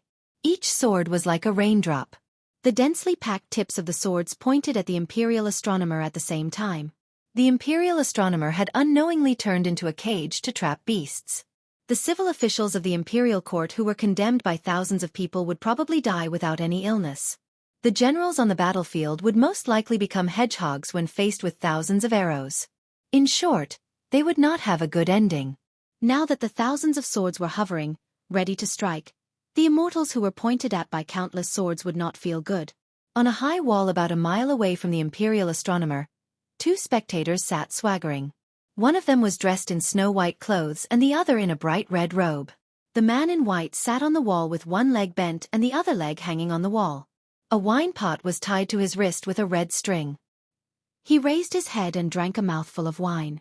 Then he laughed softly and said, Peach Blossom Sword God, does this move look like the way I welcomed guests in the heavy rain at the gate of Dunhuang City? Dong Tai, who had been called out, finally appeared. He stood not far away from the white-robed Luo Yang and nodded. It does, but the momentum is bigger than yours. The former #1 devil of Bei Mang, or the current leader of Zhulu Mountain, Luo Yang, stared at the battlefield in the distance that could be said to be unprecedented. She pondered and said, "After being a lonely soul for 800 years, I have seen many ascended immortals and banished immortals. I know a little about the ways inside. More than 60 grandmasters of Longhu Mountain descended to the mortal world together. Due to the restrictions of the heavenly Tao, most of them are no more than Vajra realm physique and Finger Mystery realm Qi. At most, they have mastered a few greatly reduced Xuannong of the immortals. They only look like immortals on the earth. They are like paper tigers. They can scare people, but they can't kill people. However, the 7 or 8 of them standing in the middle, even if their cultivation has been reduced, are at least in the celestial state. They can't be underestimated, especially the 3 immortals in the middle. They are all Taoist saints, aren't they?" Dong Tai placed one hand on his chest and rubbed his chin with the other. "The one with the sword is the first grandmaster of Longhu Mountain. The one with the lotus on his head should be the first immortal of Liang dynasty. It is said that the purple golden lotus pond in the Taoist mansion was created by him. And the one riding of the white deer is Qi Xuanzhen's uncle. They are all well-known figures. If they were about to ascend but had not yet entered the celestial gate, they would be powerful. They would be real divine transcendents. But now, they are just ordinary earthly immortals. They lose because their bodies are not strong enough, but they win because they understand the way of heaven. Well, since they are in the human world now, especially when they are facing that guy, this is not an advantage." Suddenly, a man in a green robe appeared leisurely. In terms of bearing and demeanor, the Peach Blossom Sword God was thousands of miles away from this one. Even if the latter had white hair on his temples, when he stood next to Dong Tai, one looked like a country bumpkin while the other was a famous scholar. Comparisons were odious. It was no wonder that Dong Tai's disciple wanted his master, who was not good at appearance, to recite poems every time he rode a donkey. The green-robed Confucian paid attention to the movements at the imperial astronomer's side. He sighed and said, "Dong Tai Luoyang, facing more than 61st grade realm cultivators, including 3 saints, how would you feel if you were in their shoes?" Dong Tai thought for a moment, then said seriously, "If we kill until our hands are tired, we might need to switch swords a few times, and we won't be able to kill them all." Luoyang smiled and said, "It's not easy to kill, and it's not easy to escape." For some reason, Chao Chongqing, who still had not left the capital to return to Guangling, looked a little helpless. Luoyang seemed to ask casually, "Dong Tai, after Li Chungang borrowed your sword, will there be a day when you can truly wield a sword?" Dong Tai said indifferently, "Even if there is a day, it won't be today. My friendship with that guy is long gone. Don't expect me to interfere this time." Chao Chongqing said in a low voice, "It's starting." A giant semicircle enveloped the imperial astronomer's sword formation. Tens of thousands of swords shot out simultaneously. The deer-riding immortal lightly pulled on the reins, and the white deer beneath him took a light step forward. The white deer's hoof stomped down, and like a boulder thrown into a small lake, a vast ripple instantly spread out. It was like hearing the sounds of nature. The flying sword's momentum instantly froze, but the flying swords were too fast and fierce. They only paused for a moment before continuing to charge forward. The white deer's second hoof stomped heavily on the ground, and the majestic Qi once again spread out. The flying swords were once again slightly slowed. Using the earth as a bell, each time the white deer stepped forward, the immortal's voice would violently strike the bell. When the white deer was 30 steps away from the gates of the imperial astronomer, the flying swords that covered the sky like a swarm of locusts had already begun to slow down from their rapid flight. The 1,000-odd heavy cavalry on both sides of the street raised their blades to meet the enemy. The dense mass of flying swords pressed down, suffocating. Although their speed had greatly decreased, they still continued to descend with a momentum that could be slowed down but could not be stopped. As the saying goes, gods are 3 feet above one's head. Now, there were flying swords 3 feet above. Several cavalry did not believe this, and were even more unwilling to wait for death. They jumped high from their horses and slashed at the flying swords. The war blades were like knives cutting through water. They seemed to easily cut through the water, and the flying swords were unharmed. However, the flying swords that had been slashed by the cavalry's war blades were the first to leave the sword formation, and disappeared in a flash. In the next moment, 6 cavalry seemed to have been pierced through by a crossbow, and were nailed to the ground from the air. There were no tangible flying swords on their corpses, but a fist-sized bloody hole appeared on each of their bodies. They were seeking their own deaths. A cavalry commander saw that the situation was not good and angrily shouted, "Dismount!" Without military orders, no one is allowed to draw their blades. The heavy cavalry dismounted, and did their best to distance themselves from the flying swords.